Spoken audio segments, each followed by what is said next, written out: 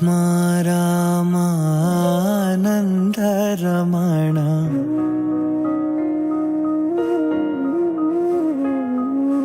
ಅಚ್ಯುತ ಕೇಶವ ಹರಿ ನಾರಾಯಣ.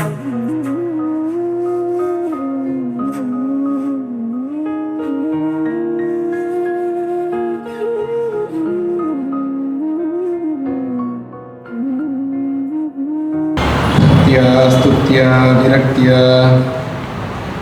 ಭಜದ ಮಲಜನೋನ್ನತ್ಯ ಭೂತ್ಯರ್ಪಕಾಯ ಕ್ಷಿತ್ಯಾಂ ಅತ್ಯಲ್ಪಭೃತ್ಯೇಷ್ವಪಿ ಕುಚನಕೃತೋತ್ಥತ್ಯ ಭೂತ್ಯಾಜಕಾಯ ಕರ್ತ್ರೇ ಧರ್ತ್ರೇ ತಹರ್ತ್ರೇ ಹಯಮುಖಹರಯೇ ಮೂತ್ರಪಾತ್ರೇ ನಮಸ್ತೆ. ತಸ್ಮೈ ಕಸ್ಮೈಚಿದಸ್ಮನ್ ಮನಸಿ ಧೃತಕಥಾ ವಿಸ್ಮೃತೌ ಸ್ಮಾರಕಾಯ ಹಯಗ್ರೀವ ಹಯಗ್ರೀವ ಹಯಗ್ರೀವೇತಿ ಯೋ ವದೇತ್ ತಸ್ಯ ನಿಸ್ಸರದೇವಾಣಿ ಜಹ್ನುಕನ್ಯಾ ಪ್ರವಾಹವತ್. ಕರೋತು ಮಮ ಕಲ್ಯಾಣಂ ಹರಿರ್ಹಯಮುಖಾವಿದಃ ಗುರುಶ್ಚ ಮಧ್ವನಾಮಾಮೇ ವರದೋಸ್ತು ನಿರಂತರಂ. ಅಭ್ರಮಂ ಭಂಗರಹಿತಂ ಅಜಡಂ ವಿಮಲಂ ಸದಾನಂದತೀರ್ಥಂ ಅತುಳಂ ಭಜೆ ತಾಪತ್ರಯಾಪಹಂ. ತಪೋ ವಿದ್ಯಾ ವಿರಕ್ತ್ಯಾದಿ ಸದ್ಗುಣೌಘಾಕರಾನಹಂ ವಾದಿರಾಜಗುರೂನ್ ವಂದೇ ಹಯಗ್ರೀವ ಪದಾಶ್ರಯಾನ್. ಪೂಜ್ಯಾಯ ರಾಘವೇಂದ್ರಾಯ ಸತ್ಯಧರ್ಮರತಾಯ ಚ ಭಜತಾಂ ಕಲ್ಪವೃಕ್ಷಾಯ ನಮತಾಂ ಕಾಮಧೇನವೇ. ಬ್ರಹ್ಮಚರ್ಯ ಹರಿಪ್ರೀತಿ ಸುವಿದ್ಯಾ ವಾದಶಾಲಿನಃ ಇಷ್ಟದಾನ್ ಕಷ್ಟಹರ್ತॄನ್ನಃ ವಿದ್ಯಾಮಾನ್ಯಾನ್ ಮುನೀನ್ ನುಮಃ. ಶ್ರೀ ಗೋವಿಂದ ಪದಾರವಿಂದಯುಗಳೀ ಧ್ಯಾನೈಕತಾನಾತ್ಮಕೋ ವೈರಾಗ್ಯಾಂಕುರವರ್ಧನೆ ಜಲಧರಃ ಸೌಭಾಗ್ಯಭಾಗ್ಯೋದಯಃ. ಶ್ರೀಮನ್ಮಧ್ವ ಸುವಾದಿರಾಜಗುರುರಾಟ್ ಕಾರುಣ್ಯಂ ಆಸೇದಿವಾನ್. ತತ್ವಜ್ಞಾನಮಿತದೃಪಾರ್ವಣವಿದುಃ ವಿಶ್ವಪ್ರಿಯೋ ರಕ್ಷತು. ಶ್ರೀ ಗುರುಭ್ಯೋ ನಮಃ. ಆಪದಾಂ ಅಪಹರ್ತಾರಂ ದಾತಾರಂ ಸರ್ವಸಂಪದಾಂ ಲೋಕಾಭಿರಾಮಂ ಶ್ರೀರಾಮಂ ಭೂಯೋ ಭೂಯೋ ನಮಾಮ್ಯಹಂ. ಶ್ರೀ ಗುರುಭ್ಯೋ ನಮಃ.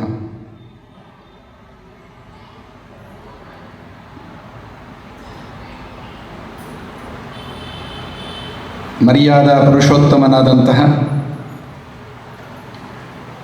ಜೀವನದ ಎಲ್ಲ ಮಜಲುಗಳ ಮಾರ್ಗದರ್ಶಕನಾದಂತಹ ಅಯೋಧ್ಯಾಧಿಪತಿ ಶ್ರೀರಾಮಚಂದ್ರ ದೇವರ ಪಟ್ಟಾಭಿಷೇಕ 500 ವರ್ಷಗಳ ಕಾಲ ಕಾದ ನಂತರ ಬಂದಿರುವಂತಹ ದೊಡ್ಡ ಸ್ವಾತಂತ್ರ್ಯ ಅಂತಂದರೆ ರಾಮರಾಜ್ಯ ಇವತ್ತು ನಮಗೆ ಸಿಕ್ಕಿದೆ. ಅಂತಹ ರಾಮರಾಜ್ಯದ ರಾಜ್ಯ ಇನ್ನು ಮೇಲೆ ಆರಂಭ ಆಗಬೇಕು. ರಾಮನಾಗಿ ಭವ್ಯ ಮಂದಿರದಲ್ಲಿ, ನಮಗೆಲ್ಲ ಭಾರತೀಯರ ಹೃದಯ ಮಂದಿರದಲ್ಲಿ ಯಾವಾಗಲೂ ಬಂದು ಕೂತ್ಕೊಂಡಿದ್ದಾನೆ. ಆದರೆ ಎಷ್ಟೋ ಬಲಿದಾನಗಳ ನಂತರ 500 ವರ್ಷಗಳ ನಂತರ ಪುನಃ ಅದೇ ಸರಯೂ ನದಿ ತೀರದಲ್ಲಿ ಅದೇ ರಾಮಜನ್ಮ ಭೂಮಿಯಲ್ಲಿಯೇ ಇಡೀ ಭಾರತ ದೇಶದ ರಾಷ್ಟ್ರದ ಮಂದಿರ ಎಂಬ ರೀತಿಯಲ್ಲಿ ಇವತ್ತು ಹೆಮ್ಮೆಯಿಂದ ಹೇಳಿಕೊಂಡು ತಿರುಗುವಂತಹ ಮಂದಿರ ನಿರ್ಮಾಣ ಆಗಿ ಅದರೊಳಗೆ ರಾಮ ಬಂದು, ಬಾಲರಾಮ ಮುದ್ದು ರಾಮ ಬಂದು ನೆಲೆಸಿದ್ದಾನೆ. ನೀವು ಬೆಳಗ್ಗೆ ಎಲ್ಲರೂ ನೋಡಿದ್ದೇವೆ. ನಾವು ರಾಮನ ಪ್ರತಿಮೆ ಅಲ್ಲಿ ಸ್ಥಾಪನೆ ಆಗುವಂತಹ ಪ್ರತಿಮೆ ನಿನ್ನೆವರೆಗೆ ನಾವು ಸೋಷಿಯಲ್ ಮೀಡಿಯಾದಲ್ಲಿ ಫೋಟೋಸ್ ಎಲ್ಲ ನೋಡ್ತಾ ಇದ್ದೇವೆ. ಅದೇ ತುಂಬ ಖುಷಿ ಕೊಟ್ಟಿರುವಂತಹ ಪ್ರತಿಮೆಯ ಲಕ್ಷಣ ಇತ್ತು. ಇವತ್ತು ನೋಡುವಾಗ ಅದು ಮಂದಸ್ಮಿತ, ಆ ಕಣ್ಣಿನ ನೋಟ, ಅದು ಎಂತಹ ಸಮಸ್ಯೆಗಳನ್ನು ಪರಿಹರಿಸುವ ತಾಕತ್ತುಳ್ಳ ಆ ಒಂದು ನೋಟ, ರಾಮನ ಆ ನೋಟ ಇವತ್ತು ನೋಡಿರ್ಬೋದು. ನಿನ್ನೆಯ ನೋಡಿದ ಪ್ರತಿಮೆಗೂ ಇವತ್ತು ನೋಡಿದ ಪ್ರತಿಮೆಗೂ ತುಂಬ ವ್ಯತ್ಯಾಸ ಇದೆ. ಇವತ್ತು ನಿಜವಾಗಿ ಅಂದರೆ ರಾಮನ ನೋಟ ಹೀಗಿತ್ತ. ನನ್ನ ಭಾವನೆ, ನನಗೆ ಅನಿಸಿರುವಂಥದ್ದು, ಈ ರಾಮನ ಪ್ರತಿಮೆಯನ್ನು ನೋಡಿದಾಗಲೇ ಮನಸ್ಸು ಉಪ್ಪಿ ಬರ್ತದೆ. ಕಣ್ಣು ಒದ್ದೆ ಆಗದಂತಹ ಹಿಂದೂ ಜಗತ್ತಲ್ಲಿ ಇಲ್ಲ ಅಂತ ಹೇಳ ಬಯಸ್ತೇನೆ. ಅಂತಹ ರಾಮ ಒಂದು ಪ್ರತಿಮೆಯ, ಈ ದಿನದ ಪ್ರತಿಮೆ ನೋಡಿದರೆ ನಮಗೆ ಅಷ್ಟು ಆನಂದ ಆಗಬೇಕಾದ್ರೆ ಒಮ್ಮೆ ಆಲೋಚನೆ ಮಾಡುವ. ತ್ರೇತಾಯುಗದಲ್ಲಿ ನಮ್ಮ ರಾಮಚಂದ್ರ ಸ್ವಯಂ ಬಂತು ಎದುರು ನಿಂತಾಗ ಆಗಿನ ಜನರ ಪರಿಸ್ಥಿತಿ ಹೇಗಿರಬೇಡ. ಒಮ್ಮೆ ಊಹೆ, ಒಮ್ಮೆ ಚಿಂತನೆ ಮಾಡುವ ಸಾಕು. ಇಮ್ಯಾಜಿನ್ ಮನಸ್ಸಲ್ಲಿ. ಅಷ್ಟು ಪುಟ್ಟ ರಾಮಚಂದ್ರ ಒಂದು ಆ ರೀತಿ ಆ ನೋಟದಿಂದ ಕೂಡಿರುವ ರಾಮಚಂದ್ರನ್ ನೋಡಿದಾಗ ಹೇಗಿರಬೇಡ.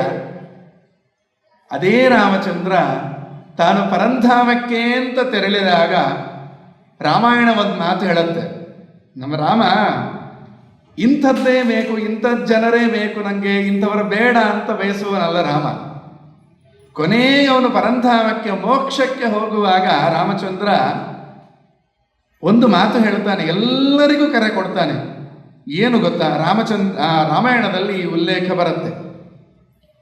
ಯಾರಿಗೂ ಈ ತಾಕತ್ತಿಲ್ಲ, ಈ ಎದೆಗಾರಿಕೆ ಇಲ್ಲ ರಾಮಚಂದ್ರನಿಗೆ ಬಿಟ್ಟರೆ.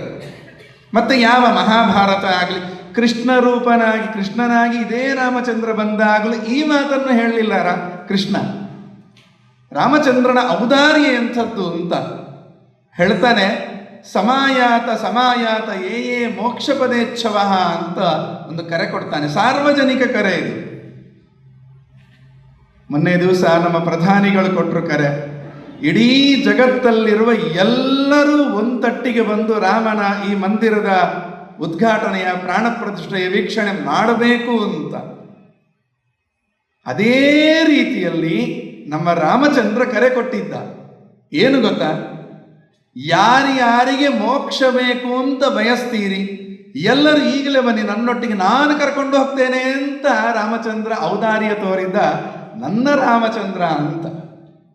ಅಂಥ ರಾಮನ ಪರಂಪರೆಯಲ್ಲಿ ಬಂದವರು ನಾವು.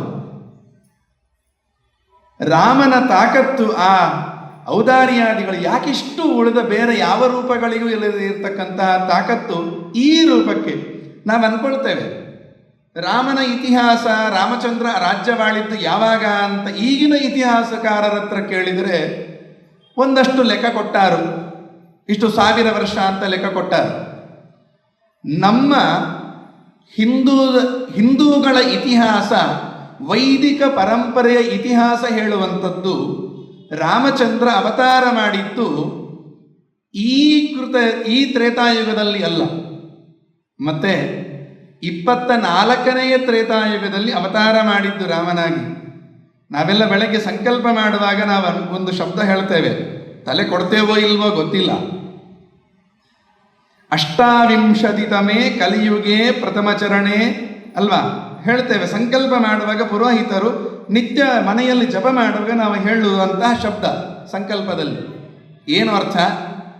ಈಗ ಇರುವ ಕಲಿಯುಗ ಏನಿದೆ ಇದು 28ನೇ ಚಕ್ರದ ಕಲಿಯುಗದಲ್ಲಿ ಇದ್ದೇವೆ ನಾವು. ರಾಮಾವತಾರದ್ದು ಆದದ್ದು ಯಾವಾಗ ಗೊತ್ತಾ? 24ನೇ ಯುಗ ಚಕ್ರದ ತ್ರೇತಾಯುಗದಲ್ಲಿ ಆದದ್ದು. ಅಂದರೆ ನಮಗೂ ರಾಮಾವತಾರ ಆಗಿರುವುದಕ್ಕೂ ಎಷ್ಟು ವ್ಯತ್ಯಾಸ ಇದೆ. 4 ಯುಗ ಚಕ್ರಗಳೇ ಕಳೆದು ಹೋಗಿದೆ. ಆದರೂ ಈ ಕ್ಷಣದವರೆಗೂ ಕೂಡ ನಮ್ಮಲ್ಲಿ ರಾಮ ಎಂಬ ಭಾವ ಹಾಗೆ ಉಳ್ಕೊಂಡಿದೆ. ನಮ್ಮಲ್ಲಿ ಮಕ್ಕಳು ಹುಟ್ಟಿದರೆ ಏನು ಬಯಸ್ತಾರೆ ತಂದೆ ತಾಯಿ? ರಾಮನಂತ ಮಗ ಬೇಕು ಅಂತ ಬಯಸ್ತಾರೆ. ಒಂದು ಹೆಣ್ಣು ಮದುವೆ ಆಗಲಿಕ್ಕೆ ಅಂತ ಹೊರಟಾಗ ನನ್ನ ಗಂಡ ಹೇಗಿರಬೇಕು ಅಂದರೆ ರಾಮನ ಹಾಗೆ ಇರಬೇಕು ಅಂತ ಬಯಸ್ತಾಳೆ. ನಮಗೆ ತುಂಬ ಹತ್ತಿರ ಇರುವ 5000 ವರ್ಷ ಮಾತ್ರ ಆಗಿರುವ ಕೃಷ್ಣನಂತೆ ಇರಬೇಕು ನನ್ನ ಗಂಡ ಅಂತ ಯಾವ ಹೆಣ್ಣು ಬಯಸಲ್ಲ. ಯದ್ಯಪಿ ಬಯಸಿದ್ರೂ ತಪ್ಪಿಲ್ಲ ಅಂತ ಹೇಳ್ತೇನೆ. ರಾಮ ಹೇಗೆ ಏಕಪತ್ನಿ ವ್ರತಸ್ಥನೋ ಅದೇ ರೀತಿಯಲ್ಲಿ ಕೃಷ್ಣನೂ ಏಕಪತ್ನಿ ವ್ರತಸ್ಥ. ಆಚಾರ್ಯ ಮಧ್ವರಾಗಬಹುದು, ಮಹಾಭಾರತ ಆಗಬಹುದು, ಭಾಗವತ ಆಗಬಹುದು, ವಾದಿರಾಜ ಶ್ರೀಪಾದರಾಗಬಹುದು, ಇದನ್ನು ಲಾಜಿಕಲ್ಲಿ ಪ್ರೂವ್ ಮಾಡಿಕೊಡ್ತಾರೆ. ರಾಮ ಸೀತೆಯನ್ನು ಮದುವೆಯಾದ, ಸೀತೆ ಕಾಡಿಗೆ ಹೋದಾಗ ಅವಳ ಬಂಗಾರದ ಪ್ರತಿಮೆಯನ್ನು ಮಾಡಿಸಿ ಯಾಗ ಮಾಡಿದವ ರಾಮಚಂದ್ರ. ಇನ್ನೊಬ್ಬರನ್ನು ಹೆಣ್ಣನ್ನು ಪತ್ನಿತ್ವೇನ ಕಣ್ಣೆತ್ತಿ ನೋಡಿರಲಿಲ್ಲ ರಾಮಚಂದ್ರ. ಇದು ನಮ್ಮ ರಾಮಾಯಣದ ಕಥೆ, ರಾಮನ ಕಥೆ. ಆದರೆ ಕೃಷ್ಣ ಕೂಡ ಒಂದು ಪಟ್ಟು ಹೆಚ್ಚು ಅಂತ ಹೇಳ್ತಾರೆ. ಯಾಕೆ ಹೇಳಿದರೆ ಅವನು ಪತ್ನಿಯರು, ಎಷ್ಟು ಜನ ಪತ್ನಿಯರು ಕೃಷ್ಣನಿಗೆ? 16,108 ಜನ ಪತ್ನಿಯರು ಕಟ್ಟಿಕೊಂಡವ ಶ್ರೀಕೃಷ್ಣ. ಆದರೆ ಅಷ್ಟೂ ಜನರಲ್ಲಿ ಲಕ್ಷ್ಮೀದೇವಿಯ ಸನ್ನಿಧಾನ ಉಂಟು ಅಂತ ಖಾತ್ರಿ ಆದ ಮೇಲೇನೇ ಕೈ ಹಿಡಿದವರ ನಮ್ಮ ಕೃಷ್ಣ ಅಂತ ಹೇಳ್ತಾರೆ. ಅದರಿಂದ ಲಕ್ಷ್ಮಿ ಇದ್ರೆ ಕೈ ಹಿಡಿತಾನೆ, ಇಲ್ದಿದ್ರೆ ಈ 16,108 ಜನರನ್ನು ಬಿಟ್ಟು ಬೇರೆ ಯಾವ ಹೆಣ್ಣನ್ನು ನೋಡಿಲ್ಲ ಅವ. ಅಂದ್ರೆ ಯಾಕೆ ಇನ್ನೊಬ್ಬರನ್ನು ನೋಡಲಿಲ್ಲ? ಅಲ್ಲಿ ಲಕ್ಷ್ಮಿ ಇರಲಿಲ್ಲ, ನೋಡಲಿಲ್ಲ, ಮುಟ್ಲಿಲ್ಲ. ಇಲ್ಲಿ ಲಕ್ಷ್ಮಿ ಇದ್ಲು ಅಂತ ಖಾತ್ರಿ ಆಯಿತು. ಅದಕ್ಕೆ ನೋಡಿದ, ಮುಟ್ಟಿದ, ಸಂಸಾರ ಮಾಡಿದ, ಮಕ್ಕಳನ್ನು ಪಡೆದ, ಅವರಿಗೆಲ್ಲರಿಗೂ ಮೋಕ್ಷ ಕೊಟ್ಟ.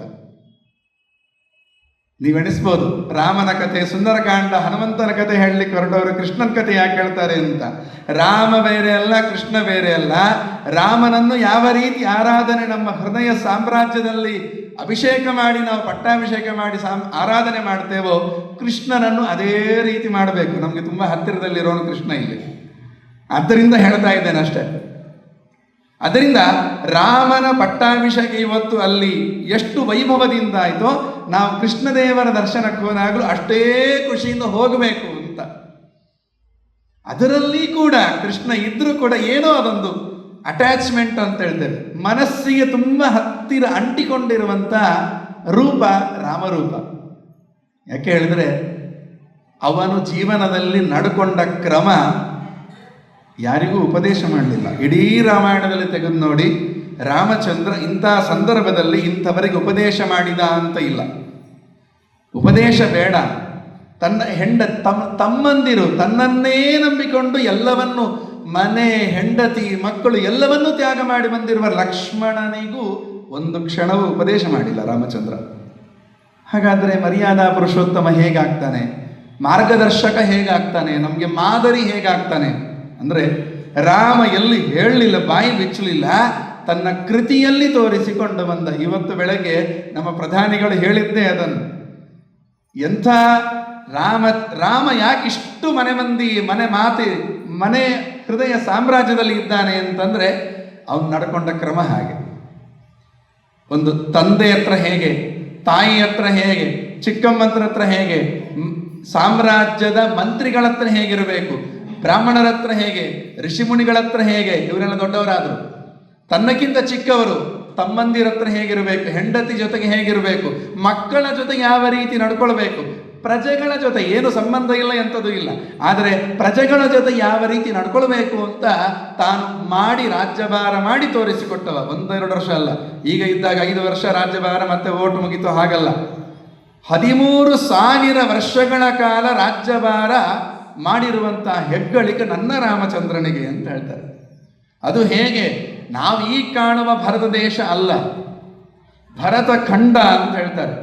ಭರತ ಖಂಡ ಅಂತಂದ್ರೆ ಈಗ ನಾವು ಏಷ್ಯಾ ಅಂತ ಏನು ಹೇಳ್ತೇವೆ, ಏಷ್ಯಾ ಖಂಡ ಅಂತ, ಎಲ್ಲವನ್ನೂ ಒಟ್ಟುಗೂಡಿಸಿ ಒಂದು ರಾಷ್ಟ್ರ ಅಂತ ಮಾಡಿ ವೇದ ಮಂತ್ರ ನಾವು ಹೊಗಳುತ್ತದೆ. ನಿತ್ಯ ದೇವರಿಗೆ ಪೂಜೆ ಮಾಡುವಾಗ ಮಹಾಪೂಜೆಯ ನಂತರ ರಾಜೋಪಚಾರಗಳನ್ನು ಕೊಡುವಂಥದ್ದೊಂದು ಸಂಪ್ರದಾಯ ನಮ್ಮಲ್ಲಿ.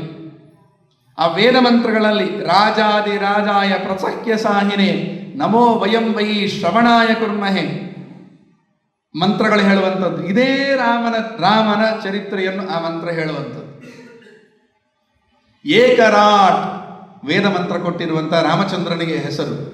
ಇಡೀ ಬ್ರಹ್ಮಾಂಡಕ್ಕೆ ಒಬ್ಬನೇ ಚಕ್ರವರ್ತಿ, ಅದು ರಾಮಚಂದ್ರ ಅಂತ ಹೇಳ್ತದೆ ವೇದ ಮಂತ್ರ. ನೀವು ಬರೆದದ್ದಲ್ಲ. ಇತ್ತೀಚೆಗೆ ನಮ್ಮ ಪ್ರಧಾನಿಗಳದ್ದು ಒಂದು ಇಂಟರ್ವ್ಯೂ ಎಲ್ಲರೂ ನೋಡಿರ್ತೀರ. ನಾನು ನೆನಪಿಸಿ ಕೊಡ್ತೇನೆ ಅಷ್ಟೇ, ಯಾಕೆ ಅಂತಂದರೆ ಮತ್ತೆ ಹೇಳ್ತೇನೆ. ಅವರು ಒಂದು ಪ್ರಶ್ನೆ ಕೇಳಿದ್ದು, ನಿಮ್ಮನ್ನು ಜನ ಇನ್ನು ಮುಂದೆ ಯಾವ ರೀತಿ ನೆನಪಿಸಿಕೊಳ್ಳಬೇಕು ಅಂತ ಒಂದು ಪ್ರಶ್ನೆ ಕೇಳಿದ್ರು. ನೆನಪುಂಟ ಇಲ್ವೋ ಗೊತ್ತಿಲ್ಲ ನಿಮಗೆ. ಅದಕ್ಕೆ ಅವರು ಕೊಟ್ಟ ಉತ್ತರ ಎಂತ ಗೊತ್ತಾ? ಅದಕ್ಕೆ ಹೇಳೋದು ಅಧ್ಯಯನ ಮಾಡಬೇಕು ಅಂತ. ಅವರು ನೇರ ಹೇಳಬಹುದಿತ್ತು, ನಾನು ನೆನಪಿಸಿಕೊಳ್ಳುವ ಅಗತ್ಯ ಇಲ್ಲ ಅಂತ ಹೇಳಬಹುದಿತ್ತು. ಹೇಗೆ ಹೇಳಿದ್ರು ಗೊತ್ತಾ? ವೈದಿಕ ಪರಂಪರೆಯನ್ನು ಎತ್ತಿ ಹಿಡಿಯುವುದರ ಮೂಲಕ ತೋರಿಸಿಕೊಟ್ರು. ಅದನ್ನು ಹೇಳಿದ್ರು. ಅದನ್ನು ಏನು ಗೊತ್ತಾ, ನಮ್ಮ ವೈದಿಕ ಪರಂಪರೆಯ ಅತ್ಯಂತ ಪ್ರಾಚೀನ ಗ್ರಂಥ ಯಾವುದು ಅಂತ ಕೇಳಿದರು. ವೇದಗಳು ಅಲ್ವಾ? ಯಾವ ಇತಿಹಾಸವೂ ಅಲ್ಲ, ಪುರಾಣವೂ ಅಲ್ಲ, ಎಲ್ಲಕ್ಕಿಂತ ಪ್ರಾಚೀನ ಜಗತ್ತಿನ ಮೊದಲ ಗ್ರಂಥ ವೇದ. ಆದ ವೇದವನ್ನು ಬರೆದವರು ಯಾರು ಅಂತ ಕೇಳಿದರು. ಗೊತ್ತಿಲ್ಲ. ಗೊತ್ತಿಲ್ಲ ಅಂತ ಹೇಳೋದಕ್ಕಿಂತಲೂ ಕೂಡ ಇದ್ರೆ ತಾನೇ, ಬರ್ದಿದ್ರೆ ತಾನೇ ಗೊತ್ತಿಲ್ಲ ಅಂತ ಹೇಳಬೇಕು. ಗೊತ್ತಿದೆ ಗೊತ್ತಿಲ್ಲ ಅಂತ ಯಾರು ಬರ್ದೇ ಇಲ್ಲ. ಭಗವಂತ ಚತುರ್ಮುಖನಿಗೆ ಸೃಷ್ಟಿಯ ಆರಂಭದಲ್ಲಿ ಉಪದೇಶ ಮಾಡಿರುವಂಥ ವೇದಗಳು, ವೇದ ರಾಶಿ. ಅವ್ರು ಹೇಳಿದರು, ಇಡೀ ಜಗತ್ತಿನ ಪ್ರಾಚೀನ ಗ್ರಂಥದ ಕರ್ತೃಗಳೇ ಯಾರು ಅಂತ ಗೊತ್ತಿಲ್ಲ ಅಂತಂದ ಮೇಲೆ, ಅವರ ಸ್ಮರಣೆ ಮಾಡುವುದಿಲ್ಲ ಅಂತಂದ ಮೇಲೆ ಈ ಮೋದಿಯ ಸ್ಮರಣೆ ಯಾಕೆ ಮಾಡಬೇಕು ಅಂತ ಕೇಳ್ತಾರೆ ಅವರು. ತನ್ನನ್ನು ಸ್ಮರಿಸುವುದು ಬೇಡ ಅಂತ ಎಷ್ಟು ಸೊಗಸಾಗಿ ವೇದದ ಪ್ರಾಮಾಣ್ಯವನ್ನು, ವೇದ ಸರ್ವೋತ್ಕೃಷ್ಟವಾದಂತಹ ಗ್ರಂಥ ಅಂತ ಯಾವ ರೀತಿ ಹೇಳಿದ್ರು ಅವರು. ಇದು ನಮ್ಮಲ್ಲಿರ್ತಕ್ಕಂಥ ವೈದಿಕ ಪರಂಪರೆಯ ಮಹತ್ವ ಅಂತಾರೆ. ಈ ರೀತಿ ರಾಮಚಂದ್ರ ಬಾಳಿದ್ದ. ಅದಕ್ಕೋಸ್ಕರ ಇಷ್ಟು ಯುಗಗಳು, ಲಕ್ಷಗಟ್ಟಲೆ ವರ್ಷ ಆದರೂ ರಾಮಚಂದ್ರ ಹುಟ್ಟಿ ಬಂದು ಅವತಾರ ಮಾಡಿ ಆ ಪರಂಧಾಮಕ್ಕೆ ಹೋದ ನಂತರವೂ ಲಕ್ಷಗಟ್ಟಲೆ ವರ್ಷ ಆದರೂ ಈಗಲೂ ಆ ಅಸ್ತಿತ್ವ ಹೇಗೆ. ನಿನ್ನೆ ಒಂದು ಇತಿಹಾಸ ಕಾರಣ ಒಂದು ಪುಸ್ತಕ ಓದ್ತಾ ಇದ್ದೆ ನಾನು ನಿನ್ನೆ ರಾತ್ರಿ. ನಮ್ಮ ದೇಶದವ ಅಲ್ಲ, ವಿಲಿಯಮ್ಸ್ ಅಂತ ಬೇರೆಯವರು. ನಮ್ಮ ದೇಶದ, ನಮ್ಮ ಇದೇ ರಾಮ ಜನ್ಮಭೂಮಿಯ ಇತಿಹಾಸ ನಮಗೆಷ್ಟು ಗೊತ್ತು? 500 ವರ್ಷಗಳ ಕೆಳಗೆ ಮೀರ್ ಬಾಕಿ ಎನ್ನುವವನ ಮೂಲಕ ಔರಂಗಜೇಬ ಒಡಿಸಿ ಹಾಕಿದ ಮಂದಿರ, ಇಷ್ಟು ಗೊತ್ತು ನಮಗೆ. ನಂತರ ಮಸ್ಜಿದ್ ಹೇಗಾಯಿತು, ಅದರ ಹೆಸರು ಏನಿತ್ತು, ಇದು ನಮಗೆ ಹೆಚ್ಚು, ನಾವು ಗೊಡವೆಗೆ ಹೋಗಲಿಲ್ಲ, ಅದರ ತಿಳ್ಕೊಳ್ಳುವ ಗೊಡವೆಗೆ ಹೋಗಲಿಲ್ಲ. ನಮ್ಮ ದೇಶದ ಇತಿಹಾಸಕಾರರು ಯಾರೂ ಇಷ್ಟರವರೆಗೆ ಅದರ ಉಲ್ಲೇಖವೂ ಮಾಡಿಲ್ಲ ಕೂಡ. ಮಾಡಿದವ ಒಬ್ಬ ಪಾಶ್ಚಾತ್ಯ ಇತಿಹಾಸಕಾರ ವಿಲಿಯಮ್ಸ್ ಅಂತ ಒಬ್ಬ. ಅವ ಹೇಳ್ತಾನೆ, ಮಂದಿರ ಒಡೆದ ನಂತರವೂ ಕೂಡ ಸುಮಾರು 300 ವರ್ಷಗಳ ಕಾಲ ಆ ಜಾಗ ಖಾಲಿ ಇತ್ತು ಅಂತ ಹೇಳ್ತಾರೆ. ಯಾರಿಗಾದ್ರೂ ಗೊತ್ತುಂಟ ನಮಗೆ? ಅದು ಒಡೆದ ತಕ್ಷಣ ಮಂದಿರ, ಮಸ್ಜಿದ್ ಕಟ್ಟಿಬಿಟ್ಟ ಅಂತಲೇ ತಲೆಯಲ್ಲಿ ನಮಗೆ. ಖಾಲಿ ಜಾಗ ಇತ್ತು. ಆದರೂ ಆಗಿನ ಜನಗಳು, ಅವನು ಬರೀತಾನೆ, ನಮ್ಮ ದೇಶದವ ಅಲ್ಲ, ಇಲ್ಲಿಯ ಸಂಸ್ಕೃತಿ ಗೊತ್ತಿಲ್ಲ, ಇಲ್ಲಿ ಆರಾಧನಾ ಕ್ರಮಗಳು ಗೊತ್ತಿಲ್ಲ, ಇಲ್ಲಿ ಮನಸ್ತತ್ವಗಳು ಗೊತ್ತಿಲ್ಲ ಅವನಿಗೆ. ಅವ ಬರೀತಾನೆ, ಅವನಿಲ್ಲಿ ಬಂದಾಗ ಅಲ್ಲಿರುವ ಸುತ್ತಮುತ್ತಲಿರುವ ಆಸ್ತಿಕ ಬಂಧುಗಳು ಎಲ್ಲರೂ ಮನುಷ್ಯರು, ಅಲ್ಲಿರುವಂಥ ವಾಸ ಮಾಡಿದ ಜನಗಳು ಪ್ರತಿನಿತ್ಯ ಆ ಜಾಗಕ್ಕೆ, ಮಂದಿರ, ಈಗೇನು ಮಂದಿರ, ಭವ್ಯ ಮಂದಿರ ಎದ್ದು ನಿಂತಿದೆ, ರಾಮ ಅವತಾರ ಮಾಡಿದ ಜಾಗ, ಜನ್ಮಭೂಮಿ ಅಂತ ಹೇಳ್ತೇವೆ, ಆ ಜಾಗದಲ್ಲಿ ಖಾಲಿ ಇದ್ದ ಜಾಗ, ಮಂದಿರ ಒಡೆದ ನಂತರ ಆ ಜಾಗಕ್ಕೆ ಬಂದು ಪ್ರತಿನಿತ್ಯ ನನ್ನ ರಾಮ ಹುಟ್ಟಿದ ಮಂದಿರ ಇದ್ದ ಜಾಗ ಅಂತ ಹೇಳಿ ಒಂದಷ್ಟು ಹಾಲನ್ನು ಆ ನೆಲಕ್ಕೆ ಅಭಿಷೇಕ ಮಾಡಿ ಅತ್ತು ಹೋಗ್ತಾ ಇದ್ರು ಅಂತ ಹೇಳ್ತಾನವ. ಅಂದ್ರೆ ಇಲ್ಲಿನ ಜನಗಳ ಮನಸ್ಸು ರಾಮನೊಟ್ಟಿಗೆ ಎಷ್ಟು ಬೆರೆತಿದೆ ಅಂತ ನಮ್ಮವರು ಹೇಳೋದಿಲ್ಲ, ಅವನು ಹೇಳ್ತಾನೆ. ಇದು ಇತಿಹಾಸ. ಆ ನಂತರದವರು ಏನು ಮಸ್ಜಿದ್ ಕಟ್ಟಿದ್ರು, ಏನು ಹೆಸರು ಗೊತ್ತಾ? ಇತ್ತೀಚಿನ, ನಮಗೆಲ್ಲ ಹೆಸರು ಏನು, 1992 ಡಿಸೆಂಬರ್ 6ಕ್ಕೆ ನೆಲಕ್ಕೆ ಉರುಳಿದ ಮಸೀದಿ ಹೆಸರು ಏನು ಅಂತ ನಮ್ಮ ಹತ್ರ ಕೇಳಿದರೆ, ನಮ್ಮ ಮಕ್ಕಳ ಹತ್ರ ಕೇಳಿದರೆ ಏನು ಹೇಳ್ತೇವೆ ಹೆಸರು? ನಾವು ಬಾಬರಿ ಮಸೀದು ಅಂತ ಹೇಳ್ತೇವೆ. ಯಾವ ರೆವೆನ್ಯೂ ಅಲ್ಲಿ, ಯಾವ ಇದರಲ್ಲಿ, ಡಾಕ್ಯುಮೆಂಟ್ಸ್ ಅಲ್ಲಿ ಕೂಡ ಬಾಬರಿ ಮಸೀದ್ ಅಂತ ಇಲ್ವೇ ಇಲ್ಲ. ಬ್ರಿಟಿಷ ಕಾಲದಿಂದಲೂ ಕೂಡ ಅದರ ಹೆಸರೇನು ಗೊತ್ತುಂಟ? ಹಿಂದೂಸ್ತಾನ್ ಎ ಜನಮ್ಸ್ಥಾನ್ ಮಸೀದ್ ಅಂತಿದೆ. ಜನಮ್ಸ್ಥಾನ್ ಮಸ್ಜಿದ್. ಜನಮ್ಸ್ಥಾನ ಮಸ್ಜಿದ್ ಯಾರ ಜನ್ಮಸ್ಥಾನ? ಬಾಬರದ್ದ, ಔರಂಗಜೇಬದ್ದ, ಗಜನಿದ್ದ, ಅವರೆಲ್ಲ ಹುಟ್ಟಿದವರ? ಯಾರದ್ದು? ಹಾಗಾದ್ರೆ ನಮ್ಮ ಶಬ್ದದಲ್ಲಿಯೇ, ನಮ್ಮ ಆಂತರಿಕದಲ್ಲಿಯೇ ಈ ಹೆಸರು ನನ್ನ ರಾಮ ಅವತಾರ ಮಾಡಿದ ಜಾಗ ಅಂತ ಎಲ್ಲ ಕಡೆ ಇದ್ರೂ ಕೂಡ, ಇಷ್ಟು ಪ್ರಮಾಣಗಳಿದ್ರೂ ಕೂಡ, ನಮ್ಮ ದೇಶ ಹಿಂದೂಸ್ತಾನದಲ್ಲಿ ಆದರೂ ಕೂಡ, ರಾಮ ಅವತಾರ ಮಾಡಿದ ಜಾಗದಲ್ಲಿ ಕೂಡ, ಆ ಜಾಗದಲ್ಲಿ ನನ್ನ ರಾಮನನ್ನು ಕೂಡಿಸ್ಲಿಕ್ಕೆ 500 ವರ್ಷ ಒದ್ದಾಡಬೇಕಾಯ್ತಾ ನಾವು?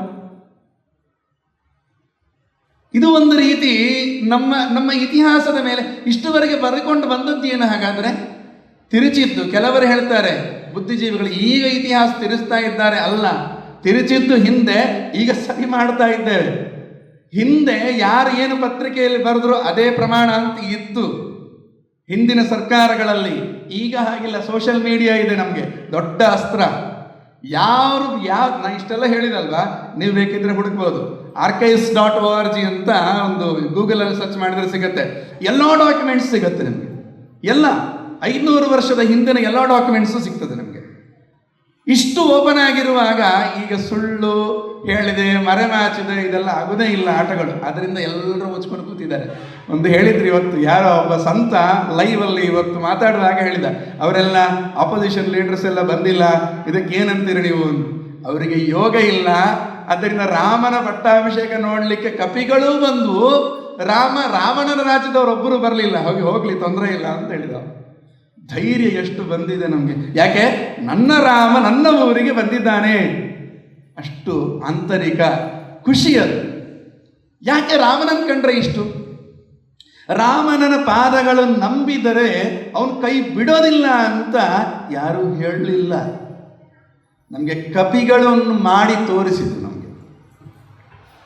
ಅದೇ ಕಪಿಯ, ಆ ಕಪಿಗಳಲ್ಲಿ ದೊಡ್ಡ ಕಪಿಯ ಕಥೆಯೇ ರಾಮಾಯಣದ ಸುಂದರಕಾಂಡ. ಎಷ್ಟು ಅನನ್ಯವಾಗಿ ಇವತ್ತಿನವರೆಗೂ ಕೂಡ ರಾಮ ಇದ್ದಾನೆ ಅಂತ ರಾಮನ ಬಂಟ ಒಬ್ಬ ಇರಲೇಬೇಕು. ದಾಸರು ಹೇಳ್ತಾರೆ, ಹರಿಯ ಮತವೇ ಹನುಮನ ಮತವು, ಹನುಮನ ಮತವೇ ಹರಿಯ ಮತವು ಅಂತ. ಹನುಮ ರಾಮ ಸ್ವಾಮಿ ಭೃತ್ಯ, ಜಗತ್ತಲ್ಲಿ ದಾಸ್ಯ, ನಾನು ದಾಸ ನೀನು ಸ್ವಾಮಿ ಅಂತ ಮೊದಲು ತೋರಿಸಿಕೊಟ್ಟವನೇ ಹನುಮಂತ ಅಂತ ಹೇಳ್ತಾರೆ. ಇಡೀ ಸುಂದರಕಾಂಡದಲ್ಲಿ ಬರುವಂಥದ್ದು ಕಥೆ ಅದೇ. 7 ಕಾಂಡಗಳಲ್ವ ರಾಮಾಯಣದಲ್ಲಿ? ಯಾವ ಕಾಂಡಕ್ಕಾದರೂ ಇಷ್ಟು ಸುಂದರವಾದ ಹೆಸರಿಟ್ಟಿದ್ದಾರೆ? ಉಳಿದದ್ದೆಲ್ಲ ಬಾಲಕಾಂಡ, ಅದು ನಮಗೆ ಹೆಸರಲ್ಲೇ ಅರ್ಥ ಆಗ್ತದೆ. ರಾಮ ಬಾಲಕನಾಗಿದ್ದಾಗಿರುವಂತಹ ಕಥೆಗಳನ್ನು ನೀಡುವಂಥದ್ದು ಬಾಲಕಾಂಡ, ಅರಣ್ಯಕ್ಕೆ ಹೋದಾಗ ನೀಡುವಂಥದ್ದು ಅರಣ್ಯಕಾಂಡ. ಹೀಗೆ ಪ್ರತಿಯೊಂದಕ್ಕೂ ಆಯಾ ಕಥೆಗಳನ್ನು ನಿರೂಪಣೆ ಮಾಡುವ ಹೆಸರೇ ಆ ಕಾಂಡಕ್ಕೆ ಇಟ್ಟುಬಿಟ್ಟಿದ್ದಾರೆ. ರಾಮನ ವಾರ್ತೆಯನ್ನು ಸೀತೆಗೆ ತಲುಪಿಸಿ, ಸೀತೆಯ ವಾರ್ತೆಯನ್ನು ಪುನಃ ರಾಮನಿಗೆ ಮುಟ್ಟಿಸಿದ ಈ ಅದ್ಭುತವಾಗಿ, ಇಷ್ಟೇ ಕಥೆ ಇರೋದು, ಜಿಸ್ಟ್ ಇಷ್ಟೇ. ರಾಮನ ಅಪ್ಪಣೆಯನ್ನು ಪಡ್ಕೊಂಡು ರಾಮನ ವಾರ್ತೆ ಅಲ್ಲಿ ಮುಟ್ಟಿಸೋದು. ಜಸ್ಟ್ ಲೈಕ್ ನಾವು ಮಾತಾಡುವ ಭಾಷೆಯಲ್ಲಿ ಹೇಳೋದಂತಾದರೆ ಪೋಸ್ಟ್ ಮ್ಯಾನ್ ಕೆಲಸ ಮಾಡಿದ್ದು ಹನುಮಂತ. ಆ ಪೋಸ್ಟ್ ಮ್ಯಾನ್ ಯಾವ ರೀತಿ ಕೆಲಸ ಮಾಡಿದ ಎಂಬುದು ಒಂದು ಸುಂದರಕಾಂಡ. ಆದರೆ ನಮ್ಮ ಪೋಸ್ಟ್ ಮ್ಯಾನಿಗೂ ಆ ಪೋಸ್ಟ್ ಮ್ಯಾನಿಗೂ ತುಂಬ ವ್ಯತ್ಯಾಸ ಇದೆ. ಅದಕ್ಕೆ ಸುಂದರ ಕಾಂಡ ಅಂತ ವಾಲ್ಮೀಕಿ ಋಷಿಗಳು ಬರೀತಾರೆ. ಭಾರಿ ಚಂದದ ಚಿಂತನೆ ಕೊಡ್ತಾರೆ. ಯಾಕೆ ಇದಕ್ಕೆ ಸುಂದರಕಾಂಡ ಅಂತ ಹೆಸರಿಟ್ಟರು? ತುಂಬ ಕಾರಣ ಕೊಡ್ತಾರೆ. ಆಚಾರ್ಯ ಮಧ್ವರು ಕೂಡ ಇದರ ಬಗ್ಗೆ ತುಂಬ ಬೆಳಕು ಚೆಲ್ಲಿದ್ದಾರೆ. ಸುಂದರ ಕಾಂಡ ಶಬ್ದಕ್ಕೆ ಸುಂದರ ಯಾಕಾಯಿತು ಈ ಅರ್ಥ ನೋಡಿದರೆ ನನಗೆ ಗೊತ್ತಾಗ್ತದೆ. ಮೊದಲು ಒಂದು ಅರ್ಥ, ಸುಂದ ಅಂತಂದರೆ ಸಂಸ್ಕೃತದಲ್ಲಿ ಕಪಿಗಳಿಗೆ ಸುಂದ ಅಂತ ಕರೀತಾರೆ. ಸುಂದಗಳು ಅಂತಂದರೆ ಕಪಿಗಳು. ರಾಮನಲ್ಲಿ ತುಂಬ ದೊಡ್ಡ ಕಪಿ ಸೈನ್ಯ ಇತ್ತು, ನಮಗೆ ಗೊತ್ತಿದೆ ಆ ವಿಷಯ. ಅಷ್ಟು ದೊಡ್ಡ ಕಪಿ ಸೈನ್ಯಕ್ಕೆ ಅವರು ಎಲ್ಲಿ ಇರ್ತಕ್ಕಂಥದ್ದು ಒಂದೇ ಒಂದು ಸವಾಲು. ಏನು? ಅಷ್ಟಕ್ಕೆ ಮೊದಲು ನನ್ನ ಒಡೆಯನ ರಾಮಚಂದ್ರನ ಸೇವೆ ಹೇಗೆ ಮಾಡಬೇಕು ಅಂತ. ಏನು ಸೇವೆ? ಸೀತಾನ್ವೇಷಣೆ ಎಂಬುದು ಸೇವೆ. ಅವನಿಗೆ ಅಭಿಲಷಿತವಾದಂತಹ ಕೆಲಸ. ಆ ಸೀತಾನ್ವೇಷಣೆ, ಸೀತೆ ಎಲ್ಲಿದ್ದಾಳೆ ಅಂತ ಹುಡುಕುವಿಕೆ, ಎಲ್ಲೆಲ್ಲಿ ಹುಡುಕ್ತಾರೆ, ಎಲ್ಲಿ ಸಿಗೋದಿಲ್ಲ ಅವರಿಗೆ. ಇನ್ನು ಒಂದು ಹಂತಕ್ಕೆ ಜಟಾಯು ಪಕ್ಷಿಯಿಂದ ಒಂದು ವಾರ್ತೆ ಗೊತ್ತಾಗುತ್ತೆ. ಸೀತೆಯನ್ನು ರಾಮಚಂದ್ರ ಕದ್ಕೊಂಡು ಹೋಗಿದ್ದಾನೆ ಅಂತ ಇಷ್ಟು ವಿಷಯ ಗೊತ್ತಾಗುತ್ತೆ. ಲಂಕೆಗೆ ಹೋಗುವುದು ಯಾರು? ಲಂಕೆಗೆ ಹೋಗಲಿಕ್ಕೆ ಈಗಿನ ಹಾಗೆ ಫ್ಲೈಟ್ಗಳೆಲ್ಲ ಇರಲಿಲ್ಲ, ಹಡಗುಗಳು ಇರಲಿಲ್ಲ. ಸ್ವಶಕ್ತಿಯಿಂದ ಹಾರಿಕೊಂಡು ಹೋಗಬೇಕು ಗಾಳಿಯಲ್ಲಿ, ಇಲ್ಲ ಈಜಿಕೊಂಡು ಹೋಗಬೇಕು. ಸಮುದ್ರ ತರಣ ಎನ್ನುವುದು ನಾವೀಗೇನು ನೋಡ್ತೇವೆ, ಶ್ರೀಲಂಕಾ, ಇದೇ ಲಂಕೆ, ಅದರ ಬಗ್ಗೆ ತುಂಬ ಸಮಸ್ಯೆಗಳಿದ್ದಾವೆ. ಯಾಕೆ ಅಂದರೆ ರಾಮಾಯಣ ನಮಗೆ ಅದರ ಲೆಕ್ಕ ಕೊಡುವಂಥದ್ದು ಭಾರತದಿಂದ 100 ಯೋಜನ ದೂರದಲ್ಲಿ ಲಂಕೆ ಇತ್ತು ಅಂತ ಹೇಳ್ತಾರೆ. 100 ಯೋಜನ ನಮ್ಮ ಹನುಮ ಹಾರಿದ ಅಂತ ಹೇಳ್ತಾರೆ. ಈಗಿರುವಂಥದ್ದು 100 ನಮ್ಮ ಕರೆಕ್ಟಾಗಿ ಕಿಲೋಮೀಟರ್ ಲೆಕ್ಕ ಮಾಡಿದರೆ ನಮಗೆ ಯೋಜನೆ ಅಂತ ಹೇಳೋದಾದರೆ ಒಂದು 15-20 ಯೋಜನೆ ಅಷ್ಟೆ, ಅದಕ್ಕಿಂತ ಹೆಚ್ಚು ಇಲ್ಲ ಕಿಲೋಮೀಟರ್ಗೆ ನಾವು ಕನ್ವರ್ಟ್ ಮಾಡಿಕೊಂಡ್ರೆ. ಹಾಗಿರುವಾಗ ಆ ಲಂಕೆ ಬೇರೆ ಇರಬಹುದು. ಕೃಷ್ಣ ತಾನು ಕಟ್ಟಿಕೊಂಡ ದ್ವಾರಕ್ಕೆ ಈಗುಂಟ ಇಲ್ಲ, ಈಗಿರೋದು ಅದರ ಒಂದು ಪ್ರತೀಕದಂತೆ ಇರುವುದೊಂದು ದ್ವಾರಕಾಪಟ್ಟಣ. ಆದರೆ ಇನ್ನೊಂದು ದ್ವಾರಕೆ ಇತ್ತು, ಅದು ಹೇಗಿತ್ತು ನಾವು ಕೇಳಿ ಗೊತ್ತು, ನೋಡಲಿಕ್ಕೆ ಸಿಗೋದು ಇಲ್ಲ. ಈಗ ಅದರಂತೆಯೇ ಸಮುದ್ರ ತನ್ನ ಒಡಲಲ್ಲಿ ಸೇರಿಸಿಕೊಂಡಿರಬಹುದು, ಗೊತ್ತಿಲ್ಲ ಹಿಂದಿನ ಲಂಕೆಯನ್ನು. ಯಾವಾಗ ರಾಮಚಂದ್ರ ರಾವಣನನ್ನು ಸಂಹಾರ ಮಾಡಿ ವಿಭೀಷಣನ್ನು ಕರ್ಕೊಂಡು ಬಂದ ಈ ಕಡೆ ಭಾರತಕ್ಕೆ, ಆವಾಗಲೇ ಲಂಕೆ ಹೋಯಿತು ಅಂತ ಹೇಳ್ತಾರೆ. ಅದನ್ನು ಲಂಕೆಗೆ ಹಾರಬೇಕು. ಈಗ ಯಾರು ಹಾರಬೇಕು? ಕಪಿಗಳ ಸಮಸ್ಯೆ. 100 ಯೋಜನ ಬರೀ ಹೋಗುದು ಮಾತ್ರ. ನಮ್ದೆಲ್ಲ ಹೇಗೆ ಅಂತಂದರೆ ಈ ಕೆಲಸ ಮಾಡಬೇಕು ಮೊದಲು. ಅದೇ ನಮ್ಮಲ್ಲೊಂದು ಸಂಸ್ಕೃತದಲ್ಲೊಂದು ಗಾದೆ ಮಾತಿದೆ, ದಕ್ಷಿಣ ಭಾರತ ದೇಶದವರೆಗೆ ತಮಾಷೆಗಾಗಿ ಹಿಂದಿನವರು ಮಾಡಿದಂಥ ಒಂದು ಚಾಟು ಶಬ್ದಗಳು, ವಾಕ್ಯ. ಆರಂಭ ಶೂರ ಖಲು ದಾಕ್ಷಿಣಾತ್ಯಾಹ ಅಂತ ಹೇಳ್ತಾರೆ.